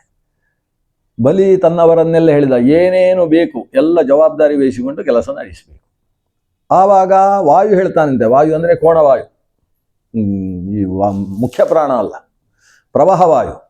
ಅವ ಹೇಳ್ತಾನೆ, ಈಗ ಮಂದರ ಪರ್ವತ ತರುವಂಥದ್ದೊಂದು ದೊಡ್ಡ ಕೆಲಸ, ನಾನು ಹೋಗಿ ಅದನ್ನು ಬೀಸಿ ಅಲುಗಾಡಿಸುವುದಕ್ಕೆ ನೋಡಿದೆ, ಆದರೆ ಪರ್ವತ ಅಲುಗಾಡಲಿಲ್ಲ, ಅಷ್ಟು ಗಟ್ಟಿಯಾದ ಪರ್ವತ, ಆದ್ದರಿಂದ ನಿಮ್ಮ ಸಹಾಯ ಇಲ್ಲದೆ ಅದನ್ನು ತರುವುದಕ್ಕೆ ಸಾಧ್ಯ ಇಲ್ಲ. ನೀವೆಲ್ಲ ಅದೆಲ್ಲ ಮಾತಾಡಬಾರ್ದು, ನಾವು ತರ್ತೇವೆ, ನೀವು ಸುಮ್ಮನೆ ಇಲ್ಲಿ ಕೂತೀರಿ ಅಂತ ಬಲಿ ಹೇಳಿದ.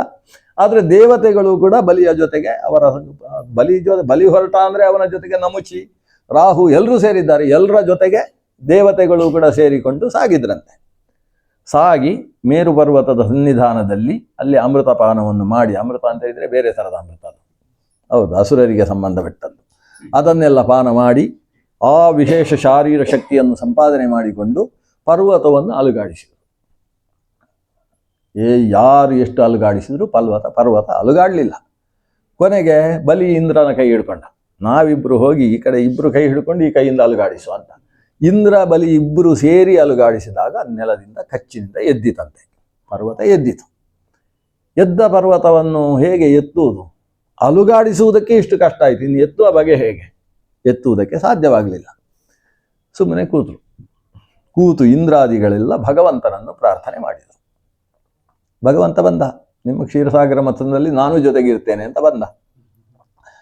ಬಂದಾಗ ಈ ಗರುಡನ ರೆಕ್ಕೆಯ ಗಾಳಿಗೆ ಪರ್ವತ ಜಾರಿ ಸ್ವಲ್ಪ ಆ ಕಡೆ ಬಂತಂತೆ. ಇವರು ಅಲುಗಾಡಿಸಿ ಇಟ್ಟಿದ್ದಾರಲ್ಲ, ಇಷ್ಟೊಂದು ಪರ್ವತ ಜಾರಿ ಸ್ವಲ್ಪ ಆ ಕಡೆ ಬಂದ ಪರ್ವತವನ್ನು ಗರುಡ ಮತ್ತೆ ಗಾಳಿ ಬೀಸಿದಾಗ ಅದು ಹಾರಿತು, ನೆಲಕ್ಕೆ ಅಪ್ಪಳಿಸಿದಂತಹ ಗಾಳಿಗೆ ಹಾರಿತು. ಹಾರಿದ ಪರ್ವತವನ್ನು ಎಡಗೈಯಲ್ಲಿ ಎತ್ತಿ ಗರುಡನ ಮೇಲೆ ಏರಿಸಿಕೊಂಡಂತೆ ಭಗವಂತ. ಏರಿಸಿಕೊಂಡು ಆ ಕಡೆ ಸಾಗಿದ. ಆಕಾಶದಲ್ಲಿ ಈ ಅಸುರರು ದೇವತೆಗಳು ಕೆಳಗಿಂದ ಬರ್ತಾ ಇದ್ದಾರೆ, ಮೇಲಿದ್ದ ಗರುಡನಲ್ಲಿ ಈ ಪರ್ವತವನ್ನು ಇಟ್ಟುಕೊಂಡು ಭಗವಂತ ಹೊರಟಿದ್ದಾನೆ.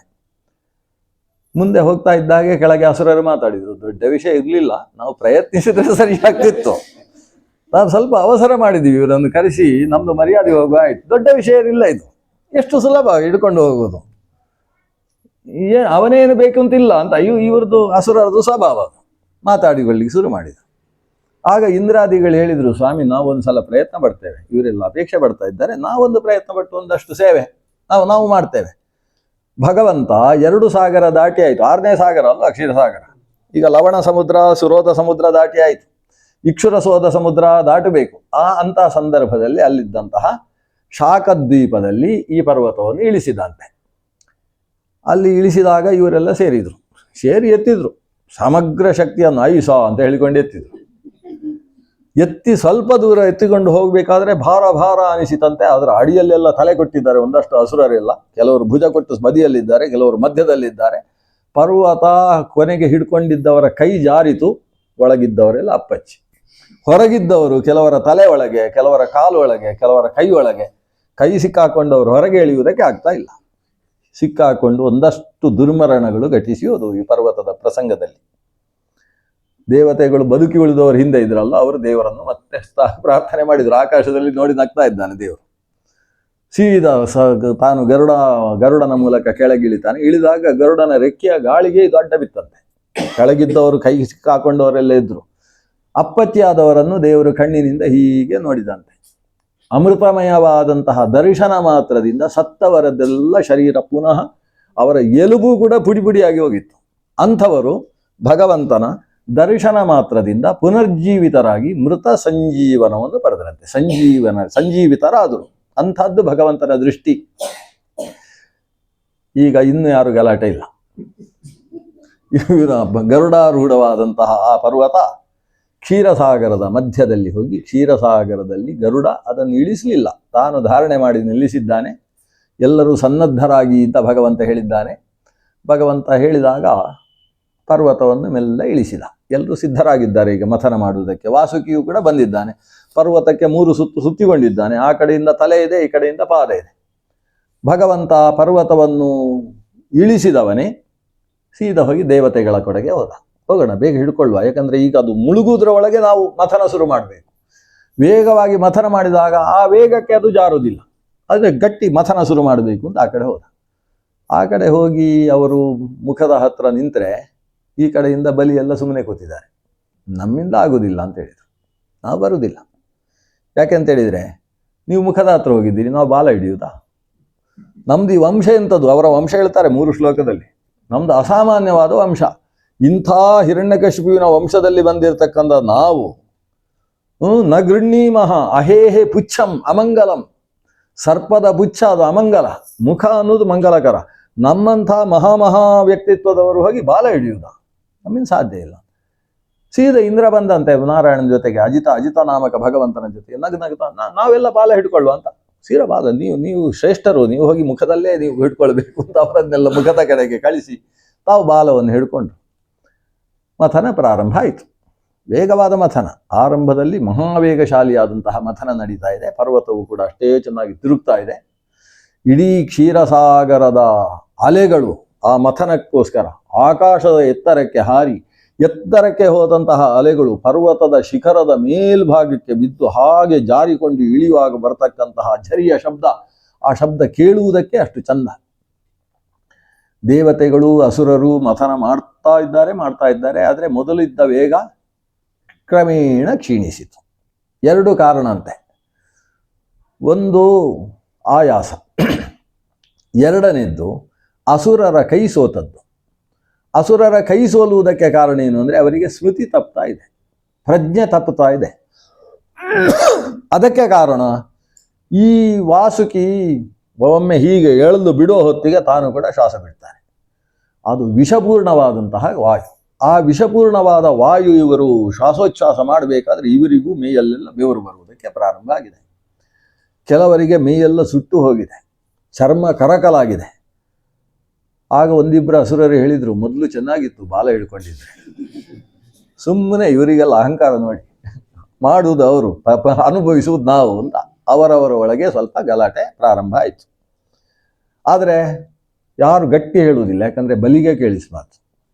ಬಲಿ, ನಮುಚಿ, ರಾಹು ಇವರಿಗೆಲ್ಲ ಕೇಳಿತು ಅಂತಾದರೆ ನಮ್ಮ ತಲೆ ಅಲ್ಲೇ ಕತ್ತರಿಸಿ ಹಾಕ್ತಾರೆ. ಯಾಕಂದರೆ ನಮ್ಮಲ್ಲಿ ವೈಮನಸ್ಸೇ ಇರಬಾರ್ದು. ಏನಿದ್ರು ಗುಸುಗುಸು ಒಳಗೊಳಗೆ ಮಾತ್ರ ಮಾತಾಡಬೇಕು, ಜೋರು ಮಾತಾಡುವ ಹಾಗಿಲ್ಲ.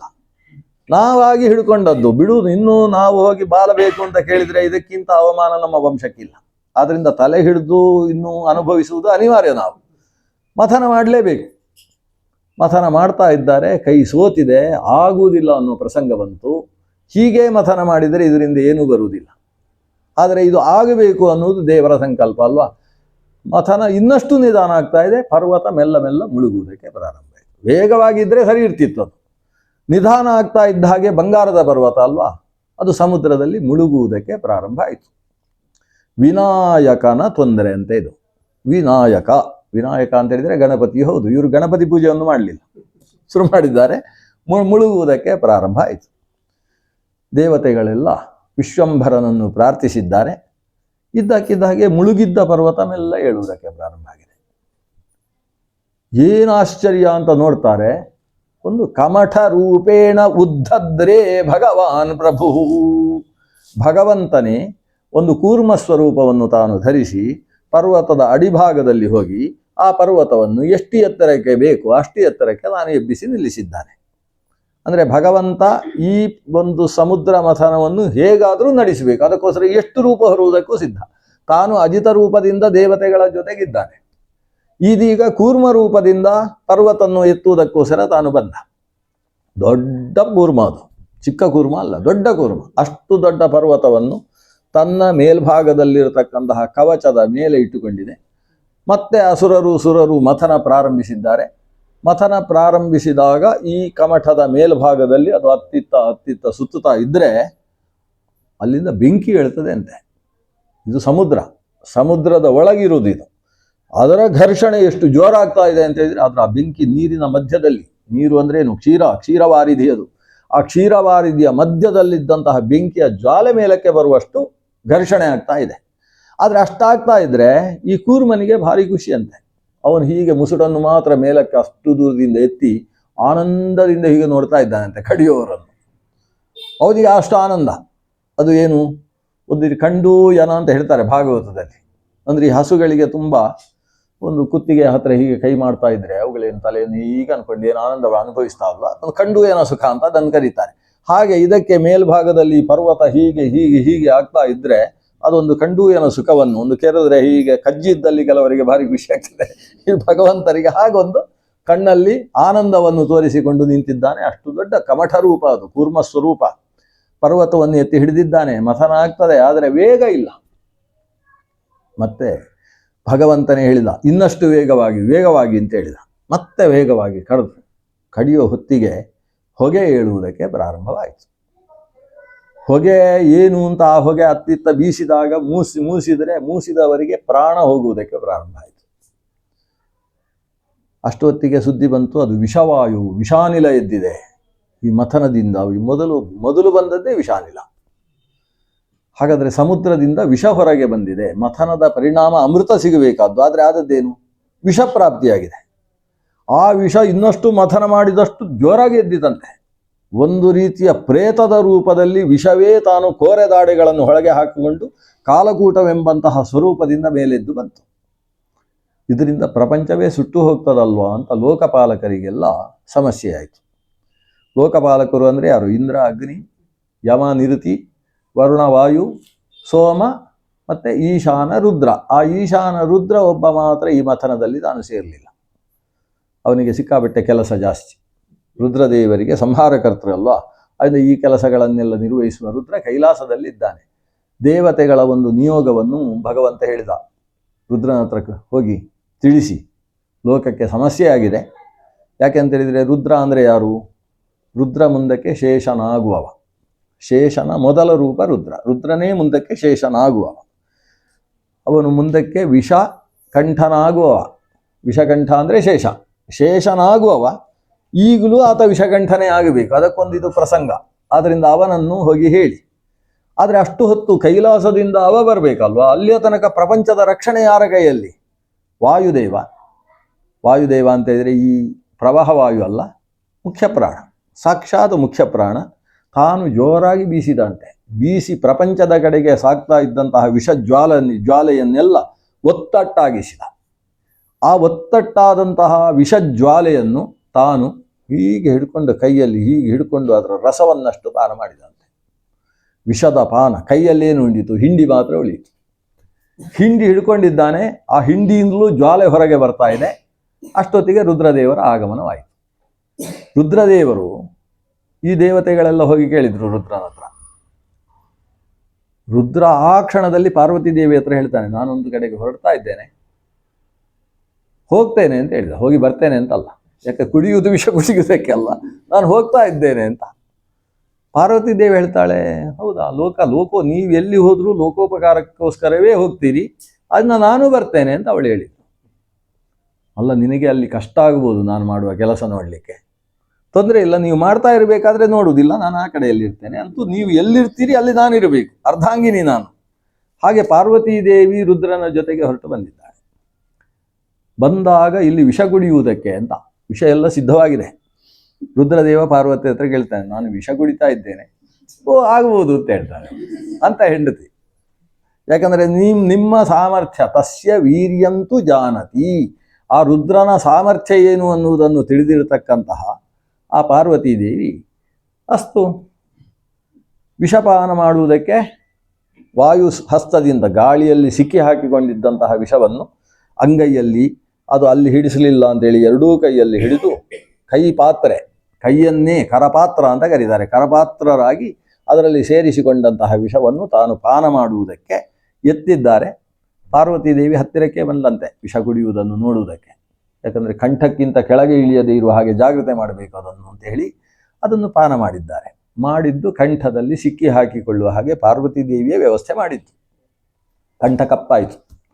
ನೀಲಿ ಬಣ್ಣದ ಕಂಠವನ್ನು ಕಂಡು ನೀಲಕಂಠ ವಿಷಕಂಠ ಅಂತ ಹೆಸರಾಯಿತಂತೆ ರುದ್ರದೇವರಿಗೆ. ದೇವತೆಗಳೆಲ್ಲ ಜಯಕಾರವನ್ನು ಮಾಡಿದರು. ಲೋಕಕ್ಷೇಮಕ್ಕೋಸ್ಕರ ವಿಷವನ್ನೂ ಕಂಠದಲ್ಲಿಟ್ಟುಕೊಂಡವ. ಆದರೆ ಬಿಸಿ ಜಾಸ್ತಿ ಆಯ್ತಂತೆ ವಿಷದಿಂದ. ರುದ್ರದೇವರಿಗೆ ಮೈಯೆಲ್ಲ ಬೆವತು ಹೋಗ್ತಾ ಇದೆ. ಅಷ್ಟು ಹೊತ್ತಿಗೆ ಆ ಕಡೆಯಿಂದ ಕ್ಷೀರಸಾಗರ ಮಥನ ಅಜಿತ ನಾಮಕ ಪರಮಾತ್ಮನ ನೇತೃತ್ವದಲ್ಲಿ ಮುಂದುವರಿಯಿತು. ಅಜಿತನೇ ಆ ಕಡೆ ಈ ಕಡೆ ಕೈ ಹಾಕಿ, ಸಮುದ್ರದ ಆ ಕಡೆ ಒಂದು ಕಾಲು ಈ ಕಡೆ ಒಂದು ಕಾಲು, ಮೇಘಶ್ಯಾಮ ಕನಕ ಪರಿದಿಹಿ ಅಂತ ಹೇಳುವ ಒಂದು ರೂಪ ಅದು. ಆ ವಿಶಿಷ್ಟ ರೂಪದಲ್ಲಿ ಒಂದು ಕೈಯಲ್ಲಿ ಎರಡು ಕೈಯನ್ನು ಆ ಕಡೆ ಹಾಕಿದ್ದಾನೆ, ಎರಡು ಕೈಯನ್ನು ಬಾಲ ಹಿಡ್ಕೊಂಡಿದ್ದಾನೆ. ತಾನೇ ದೇವತೆಗಳ ಅಸುರರ ಜೊತೆಗೆ ಸೇರಿ ಮಥನ ಶುರು ಮಾಡಿಬಿಟ್ಟಿದ್ದಾನೆ. ಆ ವೇಗಕ್ಕೆ ಸಮುದ್ರದ ಅಲೆಗಳು ಮೇಲಕ್ಕೆ ಎದ್ದು ಈ ಭಗವಂತನ ಕೈಯಲ್ಲಿದ್ದಂತಹ ಬಳೆಗಳನ್ನು ತೊಳಿತಾ ಇದ್ದಾವಂತೆ. ಅಂದ ಭಗವಂತನ ಕಂಕಣಗಳು. ಆ ಕಂಕಣಗಳನ್ನು ನೋಡಿದರೆ ಈಗ ತಾನೇ ಲಕ್ಷ್ಮೀದೇವಿ ಚೆನ್ನಾಗಿ ತೊಳೆದು ಹಾಕಿಟ್ಟ ಕಂಕಣದ ಹಾಗೆ ಕಾಣಿಸುತ್ತಂತೆ. ಅದು ಈ ಸಮುದ್ರದ ಅಲೆಗಳಿಗೆ ತೊಳೆದದ್ದಂತೆ. ನಿರ್ಣಿಕ್ತ ಬಾಹುವಲಯಾನ್ ಅಧಿಲೋಕಪಾಲಾನ್. ನಿರ್ಣಿಕ್ತ ಬಾಹುವಲಯ, ತೊಳೆದಂತಹ ಬಾಹುವಲಯ ಉಳ್ಳಂತಹ ಭಗವಂತ ಮಥನ ಮಾಡ್ತಾ ಇದ್ದಾನೆ. ಅಷ್ಟು ಹೊತ್ತಿಗೆ ಅಲ್ಲಿಂದ ಚಂದ್ರ ಎದ್ದು ಬಂದ. ಕ್ಷೀರೋದಾರ್ಣವ ಸಂಭೂತ, ಕ್ಷೀರಸಾಗರದಿಂದ ಇಳಿದು ಬಂದಂಥ ಚಂದ್ರ. ಶಿವನಿಗೆ ಮೈಯೆಲ್ಲ ಬಿಸಿ ಬಿಸಿ ಆಗ್ತಾ ಇದೆ. ತಂಪಾದ ಚಂದ್ರ ಬಂದದ್ದೇ ತಡ, ಹೀಗೆ ಹಿಡಿದು ಇಲ್ಲಿಗೆ ಸೇರಿಸಿಕೊಂಡ. ಚಂದ್ರನನ್ನು ತೆಗೆದು ತನ್ನ ಜಡೆಯ ಮಧ್ಯದಲ್ಲಿ ಸೇರಿಸಿಕೊಂಡ. ಪಕ್ಕದಲ್ಲಿ ಗಂಗೆ, ತಂಪಾದ ಗಂಗೆ ತಲೆಯಲ್ಲಿದ್ದಾಳೆ. ಈ ಕಡೆಯಿಂದ ಚಂದ್ರಶೇಖರ ಅಂತ ಆತ ಕರೆಸಿಕೊಂಡ. ತಂಪಾದ ಚಂದ್ರನ ಕಿರಣಕ್ಕೆ ವಿಷದ ಜ್ವಾಲೆಯೂ ಕೂಡ ತಂಪಾಗಿ ಹೋಯ್ತಂತೆ. ಹೀಗೆ ಶಿವ ಕ್ಷೀರಸಾಗರ ಪಥನ ಮುಗಿಯುವಲ್ಲಿಯ ತನಕ ಅಲ್ಲೇ ನಿಲ್ತಾನೆ. ಯಾಕಂದರೆ ಇನ್ನೇನಾದರೂ ಬಂದರೆ ತಲೆಗೆ ಇನ್ನೊಂದು ಸೇರಿಸ್ಬೋದು. ಈಗ ಚಂದ್ರಶೇಖರನಾಗಿದ್ದಾನೆ. ಮತ್ತೆ ಮಥನ ಮುಂದುವರಿಯಿತು. ಬೇರೆ ಬೇರೆ ಥರದ ವಸ್ತುಗಳು, ಮೊದಲು ಉಚ್ಚೈಶ್ರವಸ್ಸು ಅಂತ ಹೇಳುವ ಜಾತಿಯ ಕುದುರೆಗಳು ಬರ್ತಾವೆ. ಆಮೇಲೆ ಕುಮುದ, ಅಂಜನ, ಐರಾವತ ಮೊದಲಾದಂತಹ ಆನೆಗಳೆಲ್ಲ ಕ್ಷೀರಸಾಗರದಿಂದ ಹೊರಗೆ ಬರ್ತಾವೆ. ಮುಂದಕ್ಕೆ ನಾನಾ ರೀತಿಯ ವೃಕ್ಷಗಳು, ಪಂಚರೀತಿಯಾದ ಕಲ್ಪ ವೃಕ್ಷಗಳ ಆವಿರ್ಭಾವ ಆಗ್ತದೆ. ತಿಲೋತ್ತಮ ಮೊದಲಾದಂತಹ ನಾನಾ ರೀತಿಯ ಅಪ್ಸರ ಸ್ತ್ರೀಯರು ಅಲ್ಲಿಂದ ಎದ್ದು ಬರ್ತಾರೆ. ಮಣಿಪರ್ವತಗಳೆಲ್ಲ ಮೇಲೆ ಎದ್ದು ಬರ್ತಾವೆ. ನಾನಾ ರೀತಿಯ ಧ್ವಜಗಳು, ನಾನಾ ರೀತಿಯ ಪತಾಕೆಗಳು, ಅವುಗಳೆಲ್ಲ ಅದರಿಂದ ಎದ್ದು ಬರ್ತಾವೆ. ಅಲ್ಲಿ ಯಾವ ಯಾವ ಸಂಪತ್ತು ಕಾಣೆಯಾಗಿತ್ತು ಆ ಎಲ್ಲ ಸಂಪತ್ತುಗಳು ಅಚ್ಚ ಹೊಸದಾಗಿ ಮತ್ತೆ ಅಲ್ಲಿಂದ ಎದ್ದು ಬಂದುವಂತೆ. ಮತ್ತೆ ಮಥನ ಮುಂದುವರಿತದೆ. ಅಷ್ಟು ಹೊತ್ತಿಗೆ ಮಥನ ಮಾಡ್ತಾ ಇದ್ದವರ ತಲೆ ಹೀಗೆ ಹೀಗೆ ಆಗುವುದಕ್ಕೆ ಶುರುವಾಯಿತು. ಏನು ಅಂತ ನೋಡಿದರೆ ಒಂದು ವಾಸನೆ ಬರ್ತಾ ಉಂಟು, ಪರಿಮಳ. ಅದು ಯಾವುದರದ್ದು? ವಾರುಣಿ ಅಂತ ಹೇಳುವ ಒಂದು ಥರದ ಮದ್ಯ. ಅಲ್ಲಿಂದ ಸುರಾ ಆವಿರ್ಭಾವ ಆಗ್ತದೆ. ಹಿಂದೆ ವಿಷ ಬಂದಿತ್ತು, ಈಗ ಸುರೆ ಬಂದಿದೆ. ವಿಷದ ಕ್ರಮ ಹೇಗೆ? ಕಣ್ಣು ಕತ್ತಲೆ ಹೋಗಿ ಏನು ಕಾಣದೇ ಆಗೋದು. ಸುರೆಯ ಕ್ರಮ ಹೇಗೆ? ಒಂದಿದ್ದದ್ದು ಎರಡೆರಡು ಕಾಣಿಸೋದು. ಇದು ಎರಡು. ಅಂದರೆ ಅದರಲ್ಲಿ ಅಜ್ಞಾನ, ಇದರಲ್ಲಿ ಸಂಶಯ. ಈ ಸಂಶಯಜನಕವಾದ ಸುರೆಯ ಆವಿರ್ಭಾವ ಆಯಿತು. ಅಸುರರು ಇದು ನಮಗೆ ಅಂತ ಹೇಳಿದರು, ದೇವತೆಗಳು ನಮಗಲ್ಲ ಅಂತ ಹೇಳಿದರು. ಅಸುರರು ಏನು ಕೇಳಿದ್ರು ಅದು ಅವರಿಗೆ, ಅಸುರರಿಗೆ ಕೊಟ್ಟರು. ಅಸುರರು ಒಂದಷ್ಟು ಚೂರೇ ಕುಡಿಬೇಕು ಅಂತ ವ್ಯವಸ್ಥೆ ಮಾಡಿದರು. ಅದರ ಪ್ರಕಾರ ಪಾನ ಮಾಡಿಕೊಂಡು ಮತ್ತೆ ಮಥನ ಪ್ರಾರಂಭ ಆಯಿತು. ಮಥನ ಮುಂದುವರೆದ ಮೇಲೆ ಮತ್ತೆ ಮಥನ ಮಾಡಿದರೆ ಆವಾಗ ಒಂದು ಲೋಕ ಸೌಂದರ್ಯವೆಲ್ಲವೂ ಒಂದೇ ಕಡೆಯಲ್ಲಿ ಸೇರಿಸಿದರೆ ಹೇಗಿರ್ತದೋ ಅಂತಹ ಭಿನ್ನಾಣವತಿಯಾದ ಲಾವಣ್ಯಮಯಿಯಾದಂತಹ ಒಂದು ಹೆಣ್ಣು ಮಗಳು ಕ್ಷೀರಸಾಗರದಿಂದ ಎದ್ದು ಬಂತು. ಅವಳ ಪಕ್ಕದಲ್ಲಿ ಎರಡು ಆನೆ, ಬಿಳಿಯಾದ ಎರಡು ಆನೆಗಳು. ಆ ಆನೆಗಳ ಸೊಂಡಿಲಲ್ಲಿ ಎರಡು ಕಲಶಗಳು. ಆ ಎರಡೂ ಕಲಶದಲ್ಲೂ ಕ್ಷೀರಸಾಗರದ ಕ್ಷೀರವನ್ನೇ ಹೊತ್ತು ಈಕೆಗೆ ಆ ಕಡೆಯಿಂದ ಈ ಕಡೆಯಿಂದ ಒಮ್ಮೆ ಇದು ಅಭಿಷೇಕ ಮಾಡ್ತದೆ, ಆ ಮುಂದಿನ ಕ್ಷಣದಲ್ಲಿ ಅದು ಅಭಿಷೇಕ ಮಾಡ್ತದೆ. ಇದು ಅಭಿಷೇಕ ಮಾಡ್ತಾ ಇರುವಾಗ ಅದು ಸೊಂಡಿಲಲ್ಲಿ ಮತ್ತೆ ಕ್ಷೀರವನ್ನು ತುಂಬಿಸಿಕೊಳ್ತದೆ, ಇದು ಅಭಿಷೇಕ ಮಾಡುವಾಗ ಇದು ತುಂಬಿಸಿಕೊಳ್ತದೆ. ಒಟ್ಟು ನಿರಂತರ ಕ್ಷೀರಾಭಿಷೇಕವನ್ನು ಮಾಡಿಕೊಂಡು ಲಕ್ಷ್ಮೀರ್ ದಿವ್ಯೈರ್ ಗಜೇಂದ್ರೈಹಿ ಮಣಿಗಣ ಖಚಿತೈಹಿ ಸ್ನಾಪಿತ ಹೇಮಕುಂಭೈಹಿ, ಆ ಗಜೇಂದ್ರಗಳ ಹೇಮಕುಂಭದ ಮೂಲಕ ಸ್ಥಾಪಿತಳಾದಂತಹ ಮಹಾಲಕ್ಷ್ಮಿ ಆ ಕ್ಷೀರಸಾಗರದ ಮಧ್ಯದಲ್ಲಿ ಎದ್ದು ಬಂದಿದ್ದಾಳೆ. ಲಕ್ಷ್ಮೀದೇವಿಯ ಆವಿರ್ಭಾವ. ಇಲ್ಲಿ ಮಣಿಯನ್ನು ಧಾರಣೆ ಮಾಡಿಕೊಂಡೇ ಬಂದಿದ್ದಾಳೆ. ಕರಿಮಣಿಯ ಮಧ್ಯದಲ್ಲಿ ಮಾಂಗಲ್ಯವನ್ನು ಧರಿಸಿಕೊಂಡೇ ಬಂದಿದ್ದಾಳಂತೆ. ಕಂಬು ಕಂಠದ ಸುತ್ತ ಕಟ್ಟಿಯೇ ಇದ್ದ ಮಂಗಳ ಸೂತ್ರ ಅಲ್ವಾ? ಕಟ್ಟಿಯೇ ಇದ್ದ, ಎದ್ದು ಬರುವಾಗಲೇ ಕಟ್ಟಿದ್ದ ಮಂಗಳ ಸೂತ್ರ. ಅಂದರೆ ನಿತ್ಯ ಸುಮಂಗಲೆಯಾದಂತಹ ಭಗವತಿ ಮಹಾಲಕ್ಷ್ಮಿ ಅಲ್ಲಿಂದ ಆವಿರ್ಭವಿಸಿದ್ದಾಳೆ. ಅಸುರರೆಲ್ಲ ಒಂದು ಕ್ಷಣ ಕೈಯಲ್ಲಿದ್ದ ಹಗ್ಗವನ್ನು ಬಿಟ್ಟು ಸುಮ್ಮನೆ ನೋಡ್ತಾ ಇದ್ದಾರಂತೆ. ಅವಳ ಕೈಯಲ್ಲಿ ಬೇರೆ ಮಾಲೆ ಇದೆ. ಆ ಮಾಲೆಯನ್ನು ನೋಡಿದಾಗ ನಮ್ಮ ಕಂಠ ಖಾಲಿ ಇದೆ ಅಂತ ಇವರಿಗೆ ಅನಿಸ್ತಾ ಉಂಟು. ದೇವತೆಗಳು ಆ ಲಕ್ಷ್ಮೀದೇವಿ ತಾಯಿ ಅಂತ ಹೇಳಿ ಕೈ ಮುಗಿದುಕೊಂಡು ಸ್ತೋತ್ರ ಮಾಡ್ತಾ ಇದ್ದಾರೆ. ಲಕ್ಷ್ಮೀ ಶ್ರೀ ಸೂಕ್ತದಿಂದ ಸ್ತುತಿಸ್ತಾ ಇದ್ದಾರೆ. ಈಕೆ ಆ ದೇವತೆಗಳ ಅಸುರರ ಮಧ್ಯದಲ್ಲಿ ತಾನು ನಡೆದು ಬರ್ತಾಳೆ. ಆಕೆಯ ನಡೆಯನ್ನೇ ಅನುಭವಿಸ್ತಾ ಇದ್ದಾರಂತೆ ಅಸುರರು. ದೇವತೆಗಳು ಆಕೆಯ ಒಂದೊಂದು ನಡೆಯಿಂದಲೂ ಕೂಡ ಈ ಭೂಮಿ ಪವಿತ್ರವಾಗ್ತಾ ಇದೆ. ಯಾಕಂದರೆ ಭೂಲೋಕದಲ್ಲಿ ನಡೆದ ಕ್ಷೀರಸಾಗರ ಮಥನ, ದೇವಲೋಕದ ಮಥನ ಅಲ್ಲ ಇದು, ಭೂಲೋಕದ 6ನೇ ಸಾಗರ ಕ್ಷೀರಸಾಗರ. ಆದ್ದರಿಂದ ಪವಿತ್ರಿತವಾಗ್ತಾ ಇದೆ ಅಂತ ಆಕೆಯಲ್ಲಿದ್ದಂತಹ ಪಾವಿತ್ರ್ಯವನ್ನು ಅನುಸಂಧಾನ ಮಾಡ್ತಾ ಇದ್ದಾರೆ. ಆಕೆ ಮಾಲೆಯನ್ನು ಹಿಡಿದು ತಂದು ಒಬ್ಬೊಬ್ಬ ದೇವತೆಗಳಲ್ಲಿರತಕ್ಕಂತಹ ಅಲ್ಪತೆಯನ್ನು ತಾನು ಉಲ್ಲೇಖ ಮಾಡ್ತಾ ಸೀದಾ ತಂದು ಅಜಿತನಾಮಕನಾದ ಭಗವಂತನ ಕೊರಳಲ್ಲಿಟ್ಟು ಆತನ ಎಡಭಾಗದಲ್ಲಿ ತಲೆ ತಗ್ಗಿಸಿಕೊಂಡು ನಿಂತರೆ ಆ ಭಗವಂತ ಆಕೆಯನ್ನು ತನ್ನ ಹೃದಯದ ಜಾಗದಲ್ಲಿ ಕೂಡಿಸಿಕೊಂಡಂತೆ. ಹೃದಯದಲ್ಲಿ ಕುಳಿತಂತಹ ಮಹಾಲಕ್ಷ್ಮಿ ದೇವತೆಗಳ ಕಡೆಗೆ ತನ್ನ ದೃಷ್ಟಿಯನ್ನು ಒಂದು ಬಾರಿ ಹರಿಸಿದ್ದಾಳೆ. ಲಕ್ಷ್ಮಿಯ ದೃಷ್ಟಿ ಪತನ ಮಾತ್ರದಿಂದ ಅವರಿಗಿದ್ದಂತಹ ಆ ಅಜಯಗಳು ಎಲ್ಲ ಹೋಗಿ ಜಯಪ್ರಾಪ್ತಿ ಆಯಿತು. ಲಕ್ಷ್ಮಿಯ ದರ್ಶನ ಮಾತ್ರದಿಂದ ಅವರು ಸ್ಫೂರ್ತಿ ಹೊಂದಿದವರಾಗಿ ಮತ್ತೆ ಅಸುರರು ಮತ್ತು ದೇವತೆಗಳು ಸೇರಿ ಮಥನ ಪ್ರಾರಂಭಿಸಿದ್ದಾರೆ. ಆವಾಗ ಆ ಕ್ಷೀರಸಾಗರದ ಮಧ್ಯದಿಂದ 1,000 ಚಂದ್ರರು ಏಕಕಾಲದಲ್ಲಿ ಉದಯಿಸಿದರೆ ಎಂತಹ ಬೆಳದಿಂಗಳು ಹೊರಹೊಮ್ಮೀತೋ ಅಂತಹ ಬೆಳದಿಂಗಳಿನಿಂದ ಹೊಂದಿದ ಚಂದ್ರೌಘ ಕಾಂತಿಂ, ಚಂದ್ರ ಸಮುದಾಯದ ಕಾಂತಿಯನ್ನು ಹೊಂದಿದಂತಹ ಭಗವಂತನ ಒಂದು ಸುಂದರವಾದ ಆಯುರ್ವೇದ ಪ್ರವರ್ತಕ ರೂಪ ಧನ್ವಂತರಿಶ್ಚ ಭಗವಾನ್, ಭಗವಂತನೇ ಧನ್ವಂತರಿ ಅನ್ನುವ ಸ್ವರೂಪದಿಂದ ಕ್ಷೀರಸಾಗರದ ಮಧ್ಯದಿಂದ ಅಮೃತಹಸ್ತನಾಗಿ ಆವಿರ್ಭವಿಸಿದ್ದಾನೆ ಎಂಬ ಧನ್ವಂತರಿಯ ಆವಿರ್ಭಾವದ ಜೊತೆಗಿನ ಇವತ್ತಿನ ಅನುಸಂಧಾನವನ್ನು ಭಗವಂತನಲ್ಲಿ ಸಮರ್ಪಣೆ ಮಾಡೋಣ.